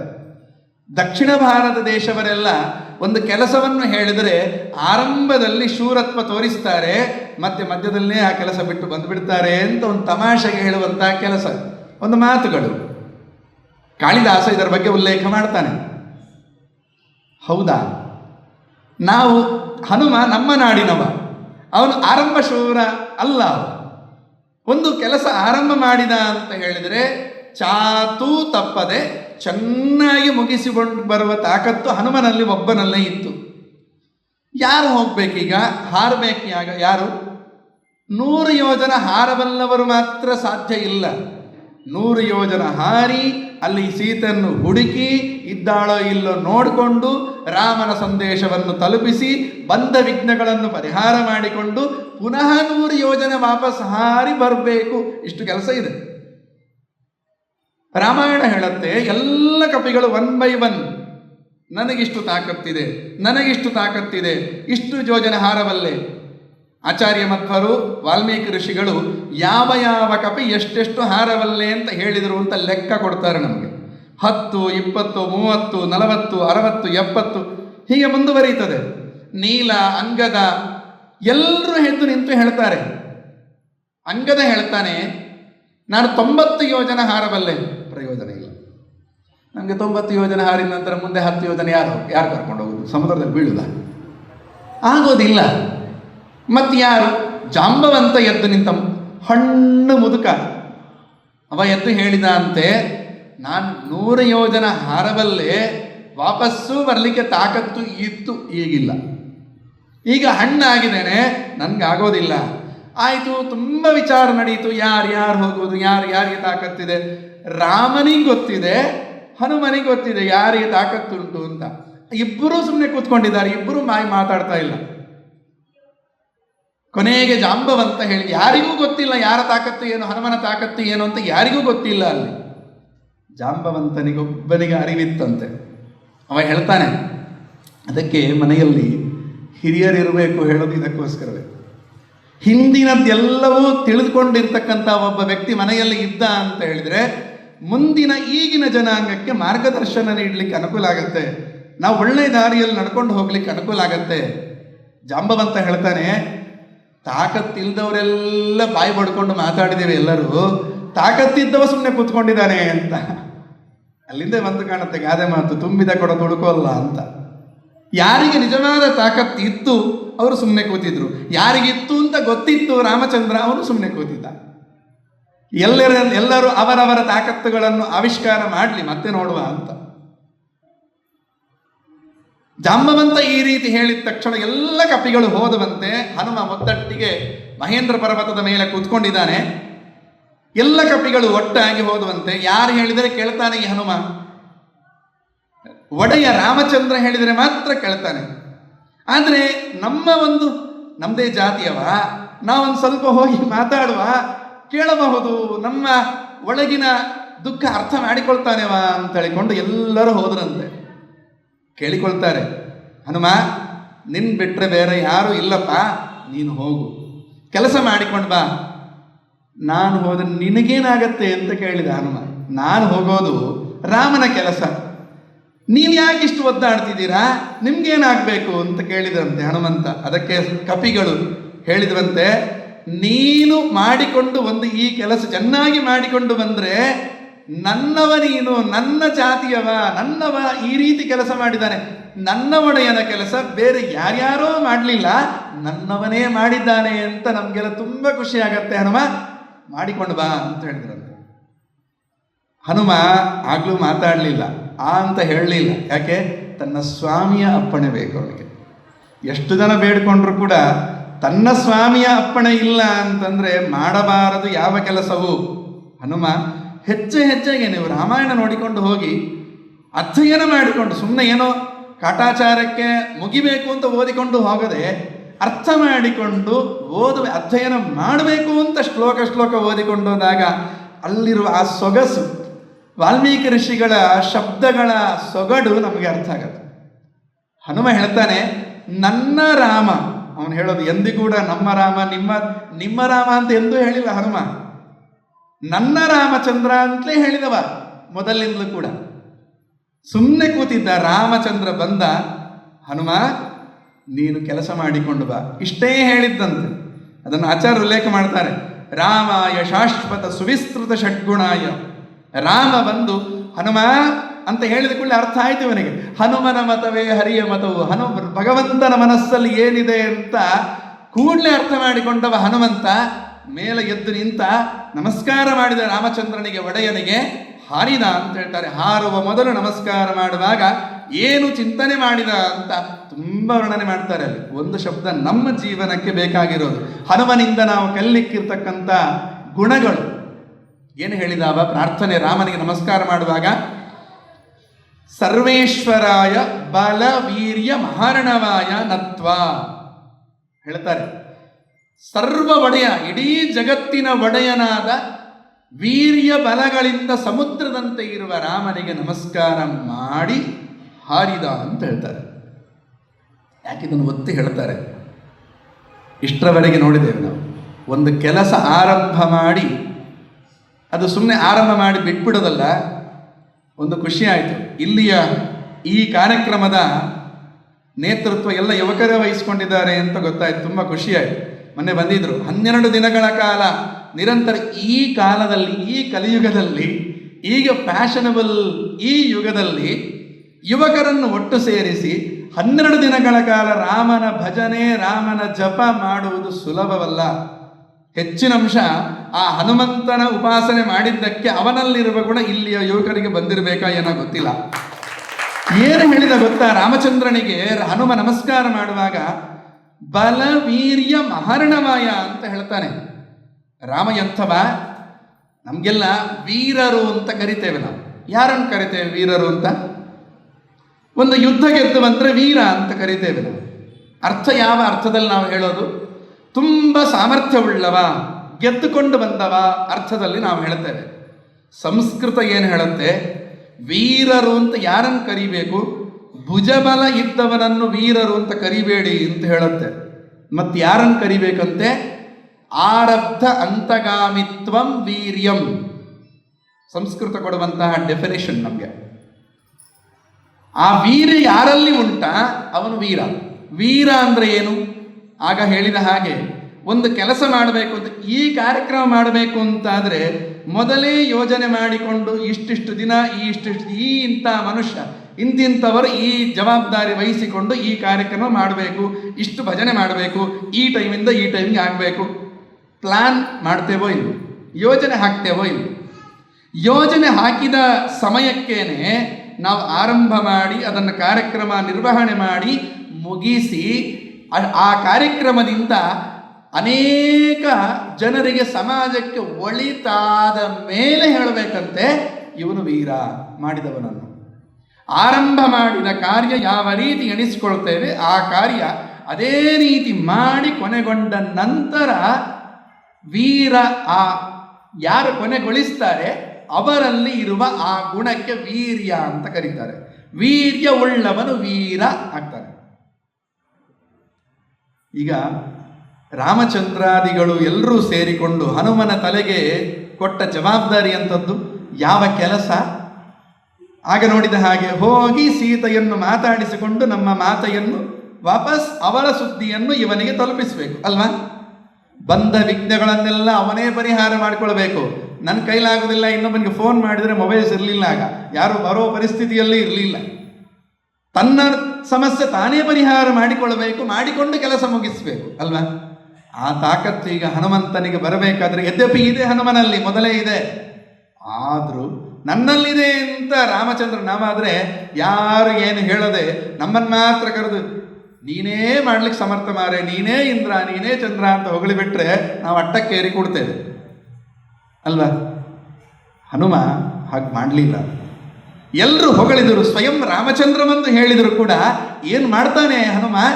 ಅದಕ್ಕೆ ಅವನು ಭೃತ್ಯನಾದ, ಪ್ರೀತಿಯ ಭೃತ್ಯನಾದ ರಾಮಚಂದ್ರನಿಗೆ ನಮಸ್ಕಾರ ಮಾಡ್ತಾನೆ. ರಾಮ, ನಿನ್ನಲ್ಲಿರುವ ಈ ವೀರ್ಯ ಬಲ, ಬರೀ ವೀರ್ಯವಾದರೆ ಸಾಕಾಗುವುದಿಲ್ಲ, ಬಂದ ವಿಘ್ನಗಳನ್ನು ಪರಿಹಾರ ಮಾಡಲಿಕ್ಕೆ ಭುಜಬಲನೂ ಬೇಕು. ಅದಕ್ಕೇನಂತ ನಮಸ್ಕಾರ ಮಾಡಿದ? ಬಲ ವೀರ್ಯ ಮಹಾರಣವಾಯ ಅಂತ ರಾಮನನ್ನು ಸಂಬೋಧನೆ ಮಾಡಿದ್ದು ಹನುಮಂತ. ರಾಮ, ನಿನ್ನಲ್ಲಿರುವ ಬಲ, ನಿನ್ನಲ್ಲಿರುವ ವೀರ್ಯ ಸ್ವಲ್ಪ ನನಗೂ ಕೊಡು, ನಾನು ಹೋಗಿ ಬರ್ತೇನೆ, ನಿನ್ನದ್ದೇ ಕೆಲಸ ಮಾಡಿಕೊಳ್ತೇನೆ, ನಾನು ಮಾಡಿ ಆ ಮಾಡಿದ ಧನ್ಯತಾಭಾವವನ್ನು ನಾನು ಪಡ್ಕೊಳ್ತೇನೆ. ಹನುಮ ಪ್ರಾರ್ಥನೆ ಮಾಡಿದ ಕ್ರಮ ಇದು. ತನ್ನಲ್ಲಿ ಇದ್ರೂ ತನ್ನಲ್ಲಿ ಇದೆ ಅಂತ ತನ್ನನ್ನು ತಾನು ಸೆಲ್ಫ್ ಬೂಸ್ಟಿಂಗ್ ಮಾಡಿಕೊಳ್ಳಿಲ್ಲ.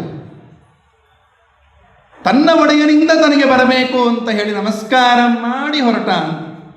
ಅದರಿಂದಲೇ ಎಲ್ಲಿಯೂ ಯಾರು ಎಣಿಸಿದ್ದರ ಜೊತೆಗೆ, ಪ್ಲಾನಿನ ಜೊತೆಗೆ ಯಾರೂ ಎಣಿಸದೇ ಇರುವ ಕೆಲಸವನ್ನೂ ಮಾಡಿಕೊಂಡು ಬಂದ. ಆದ್ದರಿಂದ ಸುಂದರ ಕಾಂಡ ಆಯಿತು ಅಂತ ಹೇಳ್ತಾರೆ. ಮತ್ತೆ ಇಷ್ಟು ಕಪಿಗಳಿಗೆ, ಎಷ್ಟು ಕಪಿಗಳಿದು ಅಂತ ಈಗಿನವರೆಗೂ ವಾಲ್ಮೀಕಿ ಋಷಿಗಳು ಲೆಕ್ಕ ಹೇಳಿಲ್ಲ. ರಾವಣನ ಸೈನ್ಯನ ಬಗ್ಗೆ ಲೆಕ್ಕ ಹೇಳ್ತಾರೆ ವಾಲ್ಮೀಕಿ ಋಷಿಗಳು. ಸುಂದರಕಾಂಡಕ್ಕೆ ಹನುಮಂತ ಅಲ್ಲಿಗೆ ಲಂಕೆಗೆ ಹೋದಾಗ ಬರೀ ಒಬ್ಬ ಕೋತಿ, ಒಬ್ಬ ಮಂಗ, ಒಬ್ಬ ಹನುಮಂತ ಎಷ್ಟು ಜನರನ್ನು ಕೊಂದು ಬಂತು ಅಂತ ಲೆಕ್ಕ ಕೊಡ್ತಾರೆ. 80 ಕೋಟಿ ಯೂಥಪಂ ಪುರಸ್ಸರಾಷ್ಟಕಾಯುತಂ. ರಾಮಾಯಣ ಕೊಡುವಂಥದ್ದು ಉತ್ತರ ನಮಗೆ. ಒಬ್ಬ ಕಪಿ 80 ಕೋಟಿ ರಾಕ್ಷಸರನ್ನು ಸಂಹಾರ ಮಾಡಿದ ಅಂತೆ ಈ ಸುಂದರಕಾಂಡ ಸಂದರ್ಭದಲ್ಲಿ. ಹಾಗಾದ್ರೆ ನಂತರವೂ ಲೆಕ್ಕ ಕೊಡ್ತಾರೆ ರಾವಣನ ಎಷ್ಟು ಸೈನ್ಯ ಇತ್ತು ಅಂತ. ಆದರೆ ಕಪಿಗಳು ಎಷ್ಟಿದ್ವು ಅಂತ ಯಾರೂ ಲೆಕ್ಕ ಇಷ್ಟವರೆಗೆ ಕೊಡಲೇ ಇಲ್ಲ. ಅನನ್ಯ ಕಪಿಗಳು ಎಲ್ಲರಿಗೂ ಒಬ್ಬ ಹನುಮ ಈ ರೀತಿ ಮಾಡಿದ್ದರಿಂದ ಅಷ್ಟು ಜನ ಖುಷಿಯಾಗೋದಾದರೆ ಹನುಮಂತ. ಅದಕ್ಕೆ ವಾಲ್ಮೀಕಿ ಋಷಿಗಳಂದ್ರು, ತನ್ನ ಕೆಲಸದಿಂದ ಇಡೀ ಸಮಾಜಕ್ಕೆ ಸಂತೋಷವನ್ನು ಕೊಟ್ಟ ಕಾಂಡ ಸುಂದರ ಕಾಂಡ. ಸುಂದ ಅಂದರೆ ಕಪಿಗಳು, ರ ಅಂದರೆ ರಮಣ, ಸುಖವನ್ನು, ಕಪಿಗಳಿಗೆ ಸುಖವನ್ನು ಕೊಟ್ಟ ಕಾಂಡ ಸುಂದರ ಕಾಂಡ ಅಂತ. ಅದರಿಂದಲೇ ಸುಂದರ ಆಯಿತು. ಇದನ್ನು ಯಾರಾದರೂ ಮಂಗಗಳನ್ನು ನೋಡಿದ್ರೆ, ಹನುಮನ್ ನೋಡಿದರೆ ಸುಂದರ ಅಂತ ಯಾರಾದರೂ ನಾವು ಹೇಳ್ತೇವೆ. ನಮ್ಮಲ್ಲಿ ಯಾರಾದರೂ ಆ ರೀತಿ ದಬಡೆ ಆ ರೀತಿ ಬಾಯಿಸ್ಕೊಂಡಿದ್ರೆ ನಾವು ಸುಂದರ ಅಂತ ಕರಿತೇವೆ. ನಾವು ಯಾರಾದರೂ ನಮ್ಮ ಹುಡುಗಿ ವರಸಿಯಾಳ ಹುಡುಗನನ್ನು? ಸಾಧ್ಯವೇ ಇಲ್ಲ. ಆದರೆ ಈ ರೀತಿ ತನ್ನ ಕೆಲಸಗಳಿಂದ ಸುಂದರ ಅಂತ ಅಲ್ವಾ ಸುಂದರಕಾಂಡ. ನನ್ನ ಗುರುಗಳು ತುಂಬ ಕಡೆ ಸಭೆಗಳಲ್ಲೇ ಹೇಳ್ತಾರೆ, ಯಾವುದೇ ಹೆದರಿಕೆ ಇಲ್ಲ, ಮುಲಾಜಿ ಇಲ್ಲ ಅವರಿಗೆ. ಅದಮಾರ ಸ್ವಾಮಿಗಳು ದೊಡ್ಡವರು, ಅವ್ರು ಹೇಳ್ತಾರೆ ಖಡಾಖಂಡಿತವಾಗಿ ಎಲ್ಲರೆದುರಿಗೆ ನನ್ನ ಈ ಪ್ರಧಾನಿಗಳನ್ನು ಹೊಗಳ್ತಾರೆ, ಹೆಸರೆತ್ತಿ ಹೊಗಳ್ತಾರೆ ಅವರು. ಈ ಹನುಮಂತನಲ್ಲಿ ಯಾವ ರೀತಿ ಗುಣಗಳನ್ನು, ಇಡೀ ಜಗತ್ತಿಗೆ ಸುಖ ಆಗ್ಲಿಕ್ಕೋಸ್ಕರ ತಾನು ಹಾರಿಕೊಂಡು ಹೋಗಿ ಕೆಲಸ ಮಾಡಿಕೊಂಡು ಬಂದ ಅಲ್ವಾ, ಅದೇ ರೀತಿಯಲ್ಲಿ ಇಡೀ ಜಗತ್ತಿಗೆ ಸುಖ ಕೊಡುವಂತಹ ಕೆಲಸ, ರಾಮ ಮಂದಿರ ಕಟ್ಟಿದ ಕೆಲಸ ಮಾಡಿದವ ಈ ಹನುಮನ ತಾಕತ್ತುಳ್ಳವ ಈ ನಮ್ಮ ಪ್ರಧಾನಿಗಳು ಅಂತ ನಾವು ಚಿಂತನೆ ಮಾಡಲಿಕ್ಕೆ ಏನು ತೊಂದರೆ ಏನು ನಮಗೆ? ಸಾಮಾನ್ಯ ಮನುಷ್ಯರಿಂದ ಸಾಧ್ಯ ಉಂಟಾ ಇಷ್ಟು ಕೆಲಸಗಳು 10 ವರ್ಷಗಳಲ್ಲಿ?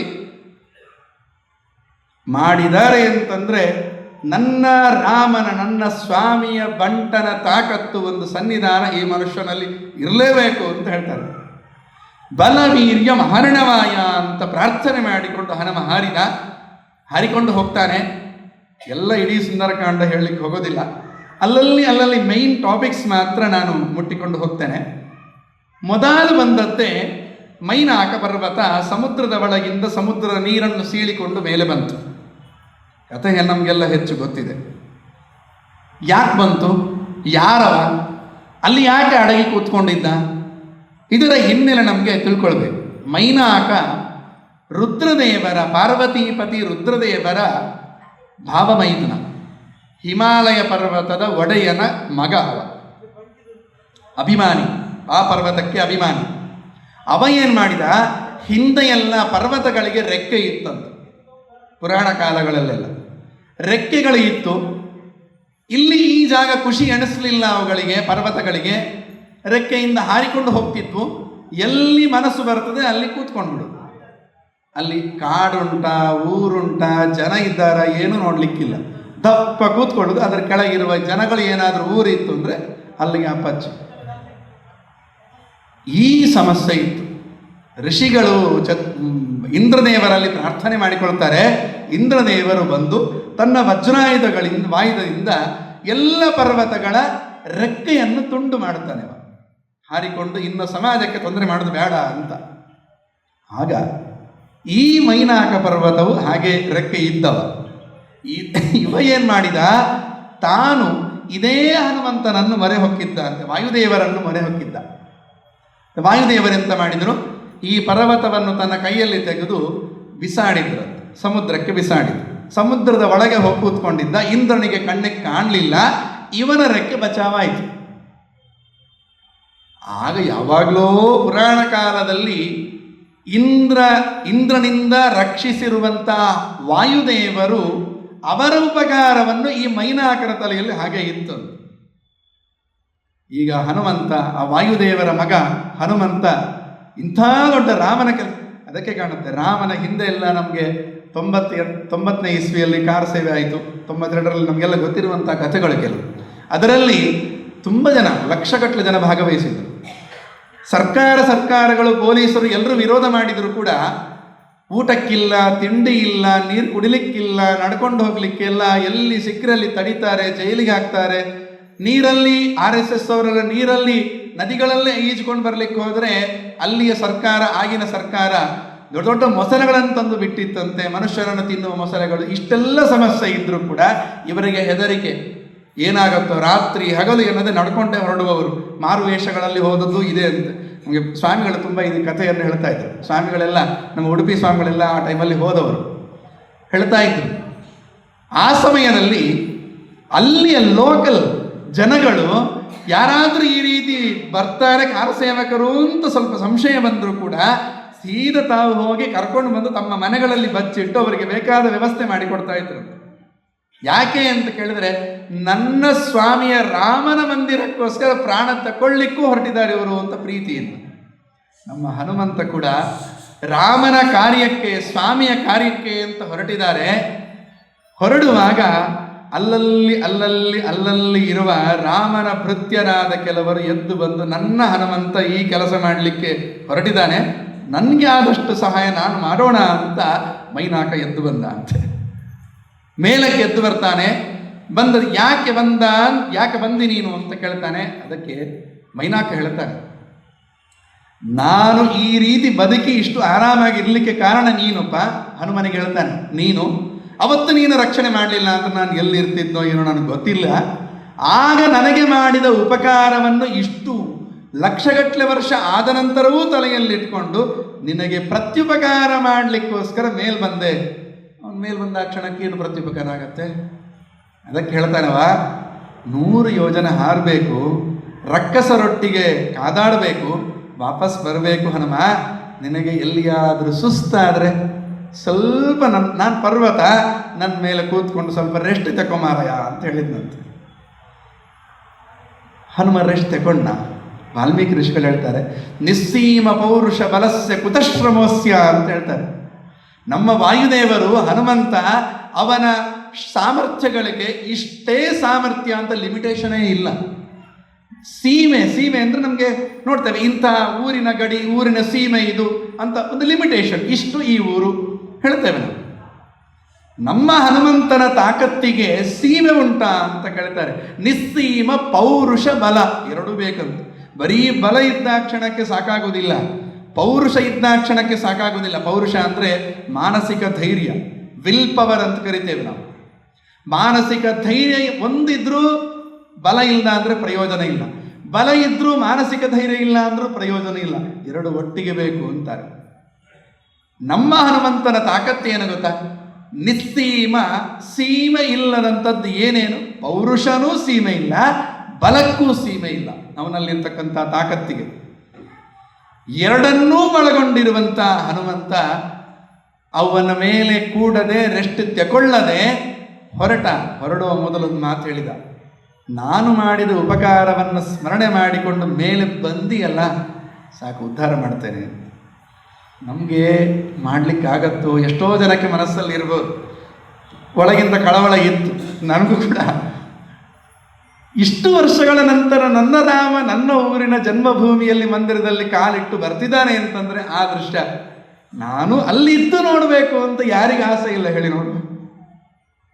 ಆದರೂ ಆಸೆ ಇದ್ರೂ ಕೂಡ ಇಲ್ಲಿದ್ದು ಕೂತು ಇಲ್ಲಿದ್ದೇ ನೋಡು ವ್ಯವಸ್ಥೆ ಮಾಡಿದ್ದೇವೆ, ಅದು ದೇವರ ವ್ಯವಸ್ಥೆ. ಆದರೆ ನಾವು ಇಲ್ಲಿ ಇದ್ದರೆ ಅಯ್ಯೋ ನೋಡ್ಲಿಕ್ಕೆ ಆಗಲಿಲ್ಲ ಅಂತ ಬೇಸರ ಇಲ್ಲ. ಹನುಮಂತ ನೋಡೋದು, ರಾಮಚಂದ್ರ ನೋಡೋದು ಎಲ್ಲಿ ಇದ್ದಾನೆ ಅಂತಲ್ಲ, ಹೇಗೆ ಸ್ಮರಣೆ ಮಾಡಿದ್ದಾನೆ ಅಂತ ನೋಡ್ತಾರೆ. ಈ ಪ್ರತ್ಯುಪಕಾರವನ್ನು ಸ್ಮರಣೆ ಮಾಡಿಕೊಂಡು ಮೈನಾಕ ಆಮೇಲೆ ಹನುಮಂತನಿಗೆ ಸಹ ಆಯ್ತೋ ಬಿಡ್ತೋ ಆಮೇಲೆ ವಿಚಾರ, ಅವನು ಕೂತ್ನೋ ಬಿಡ್ತೋ ಆಮೇಲೆ ವಿಚಾರ. ಇವನಂತೂ ಬಂದಲ್ವಾ, ಸಹಾಯ ಮಾಡಬೇಕು ಅಂತ ಆಸೆಯಿಂದ ಬಂದಲ್ವಾ. ಅದಕ್ಕೆ ಹನುಮ ಹೇಳಿದ, ಈ ಚಿಂತನೆ ನಿನಗೆ ಇರುವು ದೊಡ್ಡದಲ್ಲ, ಇರುವಿನ ಅರಿವು ದೊಡ್ಡದು. ನಿನಗೆ ಆ ಅರಿವು ಇದೆ, ಆದ್ದರಿಂದ ಉದ್ಧಾರ ಮಾಡ್ತೇನೆ. ಇನ್ನು ಮೇಲೆ ನೀನು ಇಲ್ಲಿಂದ ಎದ್ದು ಬೇರೆ ಕಡೆ ಹೋದರೂ ತೊಂದರೆ ಇಲ್ಲ, ಯಾವ ಇಂದ್ರನು ನಿನಗೇನು ಮಾಡೋದಿಲ್ಲ. ಯಾಕೆ? ನನ್ನ ಕೈಯ ಚಿಹ್ನೆ ನಿನ್ನ ತಲೆ ಮೇಲಿದೆ, ಹೋಗು ಅಂತ ಹೇಳಿದ ಅಂತ ಹನುಮಂತ. ಒಮ್ಮೆ ಹನುಮಂತನ ಕೃಪೆ, ಮುಖ್ಯ ಪ್ರಾಣದೇವರ ಒಂದು ಕೃಪೆ ನಾವು ಒಂದು ಸಲ ಪಡ್ಕೊಂಡೆವು ಅಂತಂದರೆ ನಮ್ಮನ್ನು ಎದುರಿಸುವ ತಾಕತ್ತು ಮೂರು ಜಗತ್ತಲ್ಲಿ ಯಾವುದೂ ಇಲ್ಲ ಅಂತ ಹೇಳ್ತಾರೆ. ಅದನ್ನು ತೋರಿಸಿಕೊಡ್ತಾನೆ ಹನುಮಂತ. ಮುಂದೆ ಹೋದ, ಇನ್ನೊಬ್ಬ ಹೆಣ್ಮಗಳು ದೇವತೆಗಳೇ ಕಳಿಸಿಕೊಟ್ರಂತೆ. ಹನುಮಂತನನ್ನು ಪರೀಕ್ಷೆ ಮಾಡುವ ಉದ್ದೇಶ ದೇವತೆಗಳಿಗಿರಲಿಲ್ಲ, ಹನುಮಂತನ ತಾಕತ್ತು ಜಗತ್ತಿಗೆ ತೋರಿಸ್ಬೇಕು ಅಂತ ಪರೀಕ್ಷೆ ಮಾಡಿದಂತೆ ನಟನೆ ಮಾಡಿದರು ಅಷ್ಟೇ. ಸರ್ಪಗಳ ತಾಯಿ ಕದ್ರು ಅಂತ ಅವಳನ್ನು ಕಳಿಸ್ತಾರೆ. ಅವಳಿಗೆ ಒಂದು ವರವನ್ನು ಕೊಟ್ಟು ಕಳಿಸ್ತಾರೆ. ಏನು ವರ? ನೀನು ಯಾವ ಯಾವ ಪ್ರಾಣಿಯನ್ನು ಬೇಕು ಅಂತ ಇಚ್ಛೆ ಪಡ್ತಿ ಅದಾಗಿ ನಿನ್ನ ಬಾಯಿಗೆ ಬಂದು ಬೀಳಲಿ ಅಂತ. ಇದೊಂದು ವರ. ನಾವು ಪುರಾಣಗಳನ್ನು ನೋಡಿದ್ರೆ ನಮ್ಮ ತಲೆಯಲ್ಲಿರೋದೇನು, ನಮ್ಗೇನು ಬೇಕು ಅಂತ ದೇವರ ಎದುರಿಗೆ, ರಾಮದೇವರ ಎದುರಿಗೆ ಬಂದು ನಿಂತು ಏನು ಬೇಕು ಅಂತ ಕೇಳಿದ್ರೆ ನಮ್ಗೇನು ತಲೆಯಲ್ಲಿ ಈಗಿನ ಕಾಲದಲ್ಲಿ ಏನು ಕಣ್ಣಿಗೆ ಕಾಣ್ತದೆ, ಯಾವುದನ್ನು ಸುಖ ಭೋಗದ ವಸ್ತು ಅಂತ ಅನ್ಕೊಳ್ತೇವೆ ಅದೆಲ್ಲ ಕೇಳಿಬಿಡ್ತೇವೆ.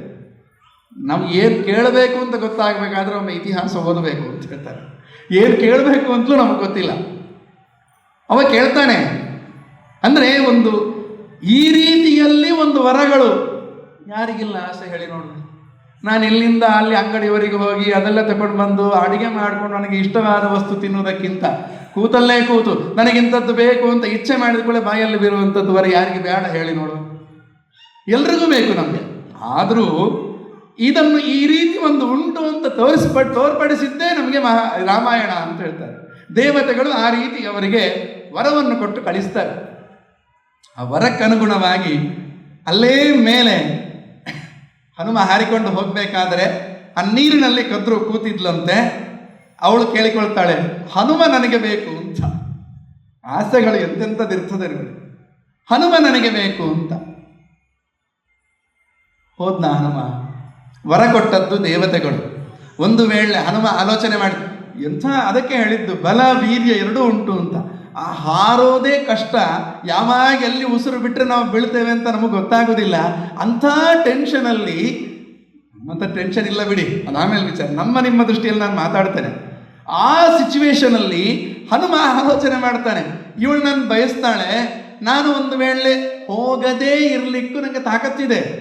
ಆದರೆ ಹೋಗಲಿಲ್ಲ ಅಂತಂದರೆ ನಾಳೆಯ ದಿವಸ ಮುಂದಿನ ಭೂಲೋಕದಲ್ಲಿ ಕಲಿಯುಗದಲ್ಲಿ ಬರುವ ಜನಗಳು ಯಾವ ದೇವತೆಯನ್ನು ಪೂಜೆನೇ ಮಾಡೋದಿಲ್ಲ. ಪೂಜೆ ಮಾಡೋದು ಯಾಕೆ ಹೇಳಿ? ನಮ್ಗೇನಾದರೂ ಬೇಕು, ಬಂಗ್ಲೆ, ಗಾಡಿ, ಮದುವೆ, ಜಾಬು ಇದೆಲ್ಲ ಬೇಕು ಅಂತೇಳಿ ಪೂಜೆ ಮಾಡೋದು, ನಾವು ದೇವರ ಪ್ರಾರ್ಥನೆ ಮಾಡೋದು. ಒಂದು ವೇಳೆ ಈ ಪ್ರಾರ್ಥನೆ ಮಾಡಿ ವರ ಕೊಟ್ಟ ಮೇಲೂ ಕೂಡ ಅದು ಸತ್ಯ ಆಗಲಿಲ್ಲ ಅಂತ ಗೊತ್ತಾಗ್ಬಿಡ್ತು ಅಂತಂದರೆ ಯಾರು ಪೂಜೆ ಮಾಡಲಿಕ್ಕೆ ಬರುವುದಿಲ್ಲ, ಆಸ್ತಿಕರೇ ಆಗೋದಿಲ್ಲ. ಮತ್ತು ಏನು ಮಾಡಬೇಕು? ಒಂದು ವೇಳೆ ಹೋಗಿ ಬೀಳೋಣ ಅಂತಂದರೆ ಮುಂದಿನ ರಾಮನ ಕಾರ್ಯ ಯಾರು ಮಾಡಬೇಕು?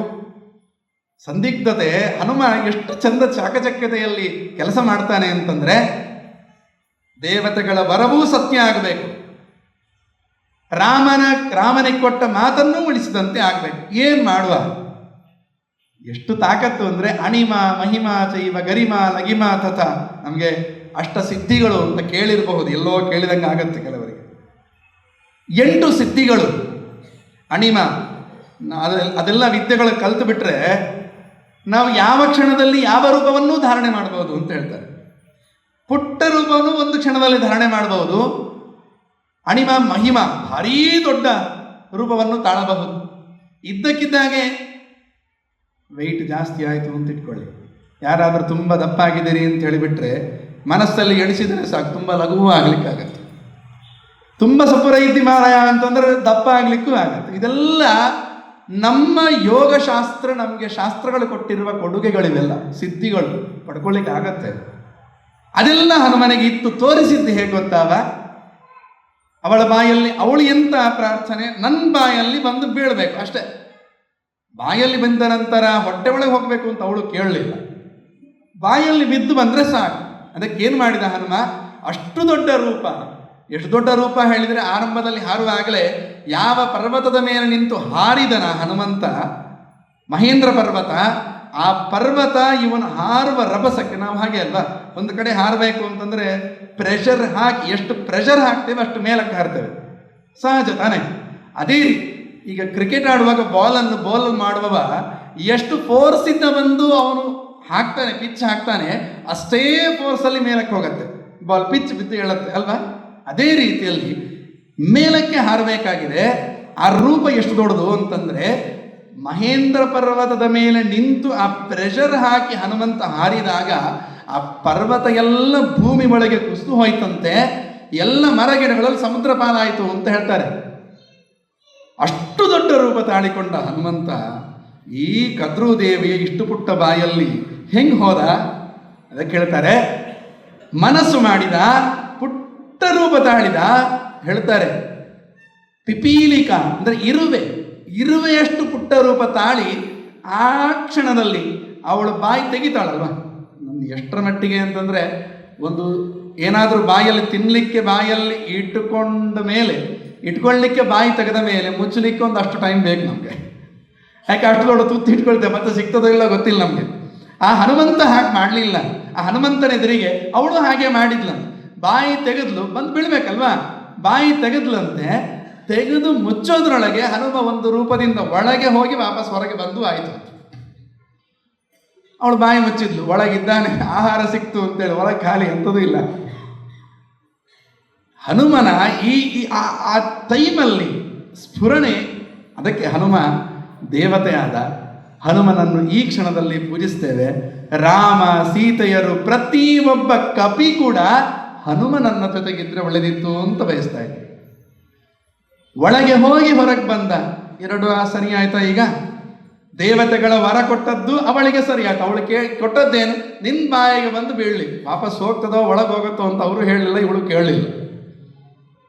ಅದಕ್ಕೆ ನಾವು ಏನೋ ದೇವರೆದುರು ನಿಂತ್ಕೊಂಡು ಅದು ಬೇಕು ಇದು ಬೇಕು ಅಂತ ಕೇಳಬಾರ್ದು.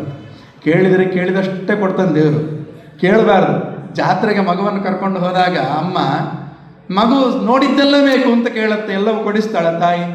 ಇಲ್ಲ, ಯಾವುದನ್ನು ತಗೊಂಡ್ರೆ ಮಗುವಿಗೆ ಹಿತ ಆಗುತ್ತೆ ಅದನ್ನು ಕೊಡಿಸ್ತಾಳೆ. ಅದು ಕೇಳಿದ್ರು ಕೊಡಿಸ್ತಾಳೆ, ಕೇಳದೇ ಇದ್ರೂ ಕೊಡಿಸ್ತಾಳೆ. ತಾಯಿ ಮನಸ್ಸು. ಕೇಳಿದರೆ ಕೇಳಿದಷ್ಟೇ ಕೊಡ್ತಾಳೆ, ಕೇಳದಿದ್ದರೆ ಬೇಕಾದಷ್ಟು ಕೊಡ್ತಾಳೆ. ದೇವರು ಹಾಗೆ ಅಂತ, ನಮ್ಮ ತಾಯಿ ಸ್ಥಾನದಲ್ಲಿದ್ದವ ಹನುಮಂತ ಹಾಗೆ ಅಂತೆ. ಅದಕ್ಕೆ ಅವಳು ಏನು ಕೇಳಿದ್ದಕ್ಕೆ ಈ ಸಮಸ್ಯೆ ಬಂತು. ಬಾಯಲ್ಲಿ ಬಂದು ಬೀಳಬೇಕು, ನನಗೆ ತೃಪ್ತಿ ಆಗಬೇಕು ಅಂತ ಕೇಳಿಲ್ಲ. ಅವಳು ಕೇಳಿದ್ರೆ ಅದು ಮಾಡ್ತಿದ್ದ ಏನೋ ಗೊತ್ತಿಲ್ಲ, ಕಷ್ಟ ಇತ್ತು ಸ್ವಲ್ಪ. ಬಾಯಲ್ಲಿ ಬಂದು ಬಿದ್ದ, ಅವಳು ಮುಚ್ಚೋದ್ರೊಳಗೆ ಹೊರಗೆ ಬಂದ. ದೇವತೆಗಳ ವರ ಸತ್ಯ ಆಯ್ತಾ? ನಾವು ಕೂಡ ಸ್ವಲ್ಪ ವಿಶ್ವಾಸ ಬರುತ್ತೆ, ನಾವು ದೇವರ ಪೂಜೆ ಮಾಡ್ಬೋದು, ಯಾಕೆ ಕೇಳಿದ್ದು ಕೊಡ್ತಾನೆ. ಕೇಳುವಾಗ ಮಾತ್ರ ಸ್ವಲ್ಪ ಜಾಗ್ರತೆಯಲ್ಲಿರ್ಬೇಕು, ಏನು ಕೇಳಬೇಕು ಅಂತಷ್ಟೇ. ರಾಮನ ಕಾರ್ಯನೂ ಸಲೀಸಾಗಿ ಆಗತ್ತೆ, ಮುಂದೆ ಆರಾಮದಲ್ಲಿ ಹೋಗ್ಲಿಕ್ಕಾಗತ್ತೆ. ಅಷ್ಟು ಮಾಡಿದ ನಂತರ ಅದೇ ಕದ್ರುದೇವಿ ತಪ್ಪು ತಿಳ್ಕೊಂಡು ಹನುಮಂತನಲ್ಲಿ ಕ್ಷಮೆ ಕೇಳ್ತಾಳೆ. ದೇವತೆಗಳು ಪುಷ್ಪವೃಷ್ಟಿ ಮಾಡ್ತಾರೆ. ಇದು ಯಾಕೆ ಮಾಡಿದ್ರು ನಾಟಕ ಅಂತಂದ್ರೆ, ಅಲ್ಲಿರುವ ದೈತ್ಯರಿಗೆ ರಾಕ್ಷಸರಿಗೆ ಒಂದು ಎಚ್ಚರಿಕೆ ಕೊಡಬೇಕಾಗಿತ್ತು. ಹನುಮ ಅಂದ್ರೆ ಬರೀ ಕಪಿ ಅಲ್ಲವ, ಎಲ್ಲರವನ್ನು ನುಂಗುವ ಕಪಿ ಅದು ಅಂತ. ನಮ್ಮಲ್ಲಿ ಹಾಗೆ ಯುದ್ಧದ ಟೆಕ್ನಿಕ್ಸ್ಗಳೆಲ್ಲ ಈಗಿನವರೆಗೂ ಅದಕ್ಕೆ ನನಗೆ ತುಂಬ ಖುಷಿ ಆಗೋದಂದರೆ ಈ 10 ವರ್ಷಗಳಲ್ಲಿ ಏನೆಲ್ಲ ಯೋಜನೆಗಳು ನೋಡ್ತಾ ಇದ್ದೇವೆ ನಾವು, ಏನೆಲ್ಲ ಟ್ಯಾಕ್ಟಿಕ್ಸ್ ನೋಡ್ತಾ ಇದ್ದೇವೆ, ಎಲ್ಲದಕ್ಕೂ ಒಂದು ನಮ್ಮ ಇತಿಹಾಸಗಳು ಪುರಾಣಗಳು ಆಧಾರ ಇದೆ. ಹುಡುಕುವ ತಾಳ್ಮೆ ನಮಗೆ ಬೇಕು ಅಷ್ಟೆ. ಮಹಾಭಾರತ ಸಂದರ್ಭದಲ್ಲಿ ಯುದ್ಧದಲ್ಲಿ ಅವನು ಮಾಡಿದ್ದು, ಭೀಮಸೇನ ಮಾಡಿದ್ದು ಈಗಲೂ ಮುಂದೆ ಮಾಡ್ತಾರೆ, ಮುಂದೆ ಹೇಳ್ತಾರೆ. ಹನುಮಂತ ಈ ರೀತಿ ಮಾಡಿದ, ಅವರಿಗೆ ಅನುಗ್ರಹ ಮಾಡಿದ, ದೇವತೆಗಳಿಗೆ ಅನುಗ್ರಹ ಮಾಡಿದ, ಅಲ್ಲಿಂದ ಹೊರಟ ಮುಂದೆ. ಅದೇ ಸಮಯದಲ್ಲಿ ಮತ್ತೊಮ್ಮೆ ಹೆಣ್ಣು ಬಂತು. ಇದು ಮಾತ್ರ ಸ್ವಲ್ಪ ಹಿಂದಿನದು ದೇವತೆ, ಇದು ತದ್ವಿರುದ್ಧ. ಈ ಹೆಣ್ಣು ನುಂಗಲಿಕ್ಕೆ ಬಂದದ್ದು.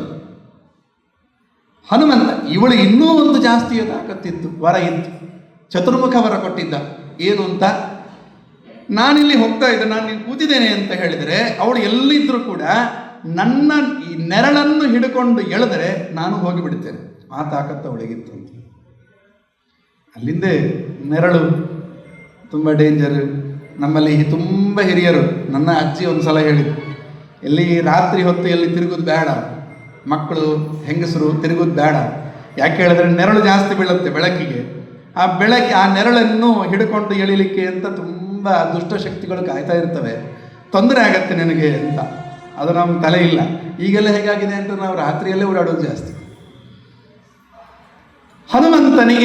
ಹನುಮಂತನನ್ನು ಎಳಿಲಿಕ್ಕೆ ಆ ದೈತ್ಯಗೆ ಒಂದು ತಾಕತ್ತಿತ್ತಂತೆ. ನೆರಳನ್ನು ಹಿಡಿದು ಎಳೆದ್ರು ಯಾರ ನೆರಳನ್ನು ಎಳಿತಾಳೋ ಅವರೇ ಬಂದು ಬಿಡ್ಲಿ, ಬಾಯಿ ಬಿಡ್ಲಿ ಅಂತ. ಸರಿ ನೋಡಿಕೊಳ್ತಾರೆ. ಹನುಮಂತ ಬರ್ತಾ ಇದ್ದಾನೆ, ಮೇಲೆ ಹಾರಿಕೊಂಡು ಹೋಗ್ತಿದ್ದಾನೆ, ಕೆಳಗಿಂದ ಆ ದೈತ್ಯ ಇದ್ದಾಳೆ. ಅವಳು ನೋಡಿದ್ಲಂತೆ, ನೆರಳನ್ನು ಹಿಡಿದು ಎಳೆದ್ಲು. ಇಲ್ಲಿ ಮಾತ್ರ ಸ್ವಲ್ಪ ವಿರುದ್ಧ. ಅಲ್ಲಿ ಪುಟ್ಟ ರೂಪ ತಾಳಿಕೊಂಡ, ಇಲ್ಲಿ ಮಾತ್ರ ಸ್ವಲ್ಪ ಅಲ್ಲಿ ರಕ್ಷಣೆ ಮಾಡಲಿಕ್ಕಿತ್ತು. ಕದ್ರು ದೇವಿ ಅವಳನ್ನು ಕೊಲ್ಲಿಕ್ಕಿಲ್ಲ, ಪಾಠ ಹೇಳಲಿಕ್ಕಷ್ಟೇ ಅವಳಿಗೆ. ಇವಳನ್ನು ಕೊಲ್ಲಿಕ್ಕೆ ಬೇಕು ದೈತ್ಯವಳು. ಅದಕ್ಕೇನು ಶಿಷ್ಟ ರಕ್ಷಣ, ದುಷ್ಟ ಶಿಕ್ಷಣ ಎರಡೂ ಮಾಡಿದ ಹನುಮಂತ. ಎರಡೂ ಹೆಣ್ಣೆ ತೋರಿಸಿದ. ಹೇಗೆ ಅಷ್ಟು ದೊಡ್ಡ ಬಾಯಿ ತೆಗೆದಿದ್ಲಂತೆ ಅವಳು, ಎಳೆದ್ಲು ನೆರಳಿಡ್ಕೊಂಡು. ಹನುಮಂತ ಈ ವಿರುದ್ಧ ಮೊದಲು ಚಿಕ್ಕ ರೂಪ ತಾಳಿಕೊಂಡು ಹೊರಗೆ ಬಂದ್ಬಿಟ್ಟ, ಆಮೇಲೆ ದೊಡ್ಡ ರೂಪ ತಾಳಿಕೊಂಡ. ಇಲ್ಲಿ ಹಾಗಲ್ಲ, ಚಿಕ್ಕ ರೂಪ ತಾಳಿಕೊಂಡು ಒಳಗೆ ಹೋದ, ಅವಳ ದೇಹದ ಒಳಗೆ ಹೋದ, ಹೊಟ್ಟೆ ಒಳಗೆ ಹೋದ. ಹೊಟ್ಟೆ ಒಳಗೆ ಹೋಗಿಕೊಂಡು ತನ್ನ ರೂಪವನ್ನು ದೊಡ್ಡದು ಮಾಡಲಿಕ್ಕೆ ಶುರು ಮಾಡಿದರು. ಆ ದೈತ್ಯಯ ಹೊಟ್ಟೆಯನ್ನು ಸೀಳಿಕೊಂಡು ಹೊರಗೆ ಬಂದ ಹನುಮಂತ. ಯಾಕೆ ಹಿಂಗೆ ಮಾಡಿದ? ಒಂದು ಹೆಣ್ಣಲ್ವಾ? ಅನೇಕ ಹೆಚ್ಚಿನ ಅಂಶ ಆಗಿನ ಕಾಲದಲ್ಲಿ ಈಗಿನ ಬುದ್ಧಿಜೀವಿಗಳು ಇರಲಿಲ್ಲ ಕಾಣುತ್ತೆ, ಬಚಾವಾದ. ಈಗೆಲ್ಲ ಆದರೆ ಹೇಳ್ತಾರೆ. ನಾನು ಈಗ ಹೇಳಿದ್ದು ಯಾರಿಗಾದರೂ ವೈರಲ್ ಆಗಿಬಿಟ್ರೆ ಮಾತ್ರ ಪ್ರಶ್ನೆಗಳ ಸುರಿಮಳೆ ಬರಬಹುದು. ರಾಮಚಂದ್ರ, ಹನುಮಂತ, ಕಪಿ ಒಂದು ಹೆಣ್ಣನ್ನು ಕೊಂದ. ರಾಮನ ಮೇಲೆ ಆಕ್ಷೇಪ ಉಂಟಾದು, ಕೃಷ್ಣನ ಮೇಲೆ ಆಕ್ಷೇಪ ಉಂಟಾದು. ಹುಟ್ಟಿದೇಳು ದಿವಸದಲ್ಲಿ ದುಷ್ಟಾಪೂತನಿಯ ಕೊಂದೆ. ದಾಸರು ಹೇಳ್ತಾರೆ, ಕೃಷ್ಣ ಮೊದಲು ಕೊಂದ ದೈತ್ಯ ಅಂತಂದ್ರೆ ಪೂತನ ಹೆಣ್ಮಗಳು. ರಾಮಚಂದ್ರ ಇವತ್ತು ನೋಡಿದ, ಅಲ್ಲಿ ಪ್ರತಿಷ್ಠೆ ಮಾಡಿದ ರೂಪ ಇದೇ ಹಿನ್ನೆಲೆಯಲ್ಲಿ ಮಾಡಿದ್ದು, ಕೆತ್ತನೆ ಮಾಡಿದ್ದು ಅಂತ ಮಾಹಿತಿ. ಯಾವಾಗ ರಾಮಚಂದ್ರ ತಾನು ವಿದ್ಯಾಭ್ಯಾಸ ಎಲ್ಲ ಮುಗಿಸಿಕೊಂಡು ಪುನಃ ರಾಜ್ಯಕ್ಕೆ ಬರ್ತಾನೆ, ದಶರಥನಿಗೆ ನಮಸ್ಕಾರ ಮಾಡಿದಾಗ ಅದೇ ಕ್ಷಣಕ್ಕೆ ವಿಶ್ವಾಮಿತ್ರರು ಬಂದಿರ್ತಾರೆ ದಶರಥನ ಬಳಿಗೆ. ರಾಮ ಪಾಪ ಗುರುಕುಲದಿಂದ ಬಂದದ್ದು ಮಾತ್ರ ಮನೆಗೆ. ರಾಮನನ್ನು ನೋಡಲಿಕ್ಕೆ ನಿಮಗೆ ಒಂದು ಸಲ ಪ್ರತಿಮೆ ನೋಡಲಿಕ್ಕೆ ಇಷ್ಟು ಖುಷಿ ಆಗೋದಾದರೆ, ಹಡದ ಅಪ್ಪ ಅಮ್ಮ ಅಷ್ಟು ವರ್ಷ ಗುರುಕುಲದಲ್ಲಿದ್ದವ ರಾಮಚಂದ್ರ, ಹೆಸರೇ ರಾಮ. ದಾಸರೊಂದು ಕಡೆ ಹೇಳ್ತಾರೆ, ಎಷ್ಟು ಚಂದದ ಮಗು ಹೇಳಿದರೆ, ಇಡೀ ಅಯೋಧ್ಯಾಪುರದ ಜನಗಳೆಲ್ಲರೂ ಬೆಳಗ್ಗೆದ್ದಾಗಿಂದ ಬ್ರಾಹ್ಮೀ ಮುಹೂರ್ತದಲ್ಲಿ ಎದ್ದು ಸಾಲುಗಟ್ಟಿ ನಿಲ್ತಿದ್ರಂತೆ. ಯಾಕೆ ಅಂದರೆ ರಾಮನ ಮುಖ ನೋಡಬೇಕು ನಾವು, ಪುಟ್ಟ ಮಗುವಾಗಿದ್ದಾಗಲೇ. ಯಾಕೆ ಅವನಿಗೆ ಆ ಹೆಸರು? ಇವತ್ತು ಬೆಳಗ್ಗೆ ಅದೊಂದು ನಿರ್ವಚನ ಹೇಳಿದರು ಮಾತಾಡುವಾಗ, ರಮಯತಿ ಇತಿ ರಾಮ. ರಾಮ ಅಂತಂದರೆ ತುಳುವಲ್ಲಿ ಹೆಂಡತಿಗೆ ಏನು ಹೆಸರು? ರಾಮಣಿ ಅಂತ. ಒಂದು ಬ್ರಾಹ್ಮಣರ ತುಳುವಲ್ಲಿ ಹೇಳುವಂಥದ್ದು ನಾನು, ರಾಮಣಿ. ಯಾಕೆ ಹೆಸರು? ಸಂಸ್ಕೃತ ಶಬ್ದ ಅದು. ಯಾಕೆ ಅವಳಿಗೆ ಆ ಹೆಸರು? ಹೆಂಗಸಿಗೆ ರಮಿಸ್ತಾಳೆ ಅಂತೆ, ಖುಷಿ ಕೊಡ್ತಾಳೆ ಅಂತ, ಆದ್ದರಿಂದ ರಾಮಣಿ. ರಾಮ ಅಂತ ಯಾಕೆ ಹೆಸರು? ರಮು ಕ್ರೀಡಾಯಾಮ್ ಅಂತ ಧಾತು, ವರ್ಬದು.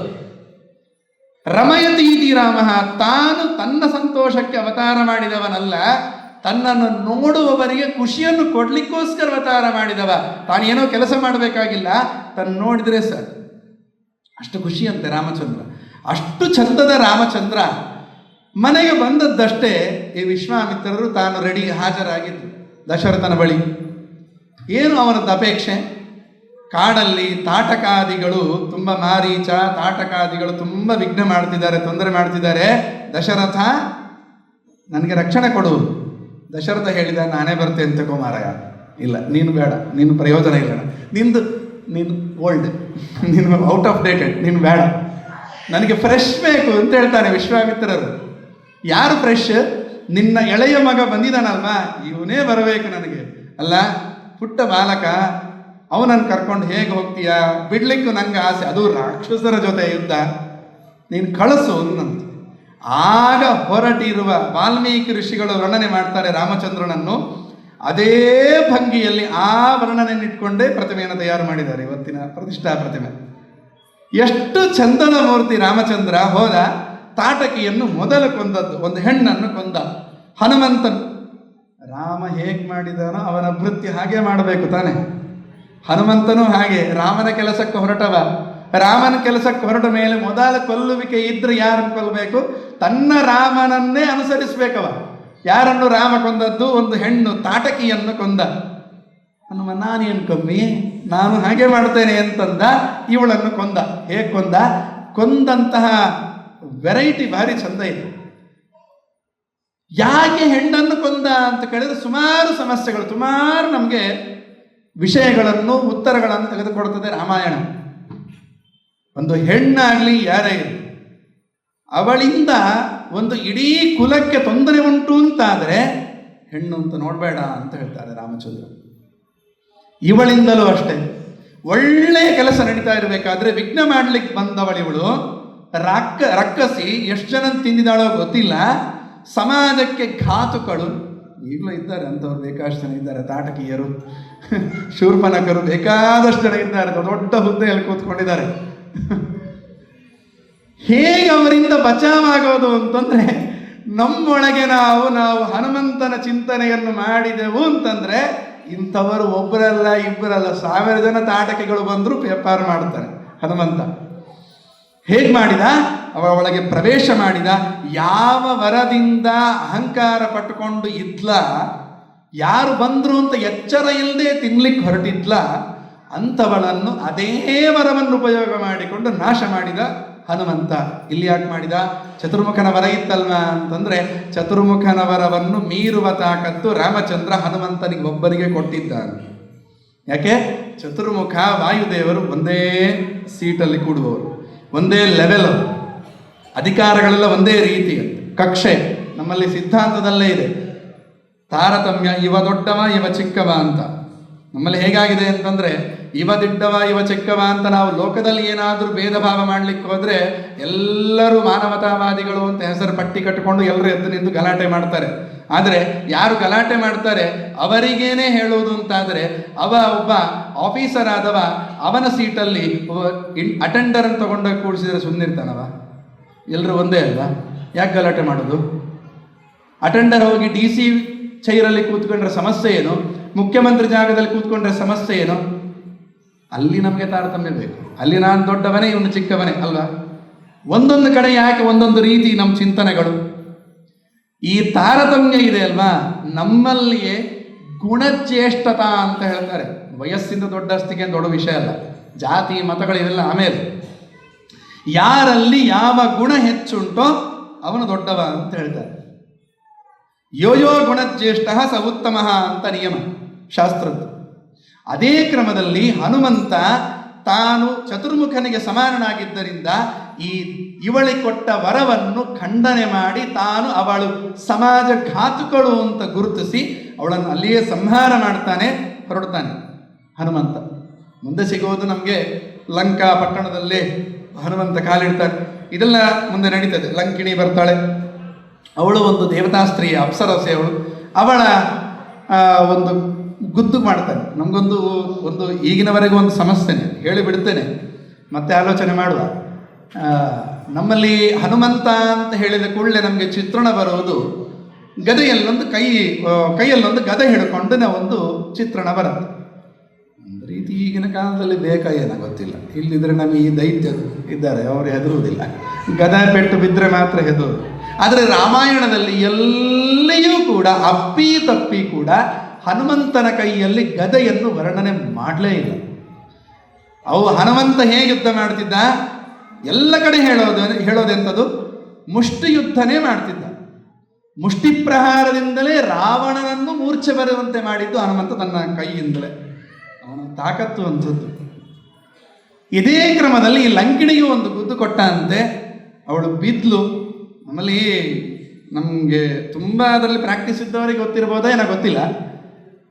ಈಗ ತೆಂಗಿನಕಾಯಿ ಹೊಡಿಲಿಕ್ಕಿರ್ತದೆ. ಒಂದು ತೆಂಗಿನಕಾಯಿ ಅದರ ಸೈಜ್ ನೋಡಿಕೊಂಡು ಎಷ್ಟು ಶಕ್ತಿ ಹಾಕಿ ಯಾವ ಪೆಟ್ಟು ಹೊಡೆದ್ರೆ ಇದು ಹೊಡಿತದೆ ಅಂತ ಅಷ್ಟೆಲ್ಲ ನಾವು ಆಲೋಚನೆ ಮಾಡೋದಿಲ್ಲ. ನಮಗೆ ಅಂತ ಪಟ್ಟ ಹೊಡಿಬೇಕು, ಒಂದೇ ಪೆಟ್ಟಿಗೆ ಹೊಡಿಬೇಕು. ಇದ್ದ ತಾಕತ್ತನ್ನೆಲ್ಲ ಉಪಯೋಗಿಸೋದು.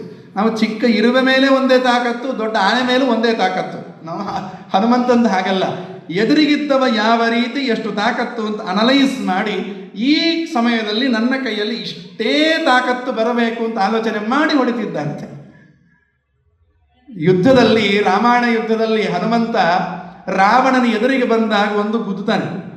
ವಾಲ್ಮೀಕಿ ಋಷಿಗಳು, ಆಚಾರ್ಯ ಮಧ್ವರು ಇನ್ನೂ ಚಂದ ವರ್ಣನೆ ಮಾಡ್ತಾರೆ. ಯಾಕೆ ಅವರೇ ಆ ಸಮಯದಲ್ಲಿ ಪೆಟ್ಟು ಕೊಟ್ಟದ್ದು ಹನುಮನಾಗಿ. ಒಂದು ಗುತ್ತಾರೆ, ಮೂರ್ಛೆ ಬಂದು ಬಿದ್ದ. ಅಯ್ಯೋ, ಹನುಮಂತನಿಗೆ ಇಷ್ಟೇ ತಾಕತ್ತ, ಹಾಗಾದರೆ ಹನುಮಂತನಿಗಿಂತ ರಾವಣನಿಗೆ ತಾಕತ್ತು ಜಾಸ್ತಿ ಅಂತ ಎಣಿಸಬಹುದಾ?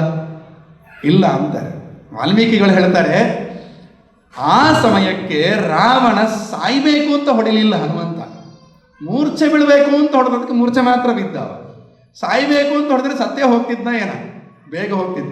ನಾವೀಗ ಸಭೆಯಲ್ಲೆಲ್ಲ ಬೇಡ, ಒಬ್ಬರಿದ್ರು ಕೊಂದ್ರು ಒಬ್ಬ ವ್ಯಕ್ತಿಯನ್ನು.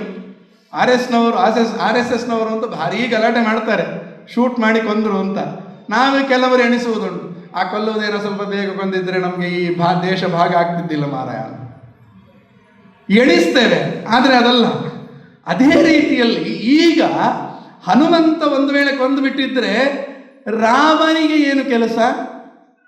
ರಾಮ ಮೂಲ ರೂಪದಲ್ಲಿ ಇದೇ ರಾವಣನೊಳಗಿರುವ ತನ್ನದೇ ದ್ವಾರಪಾಲಕ ಜಯ ಅಂತ ಇದ್ದ.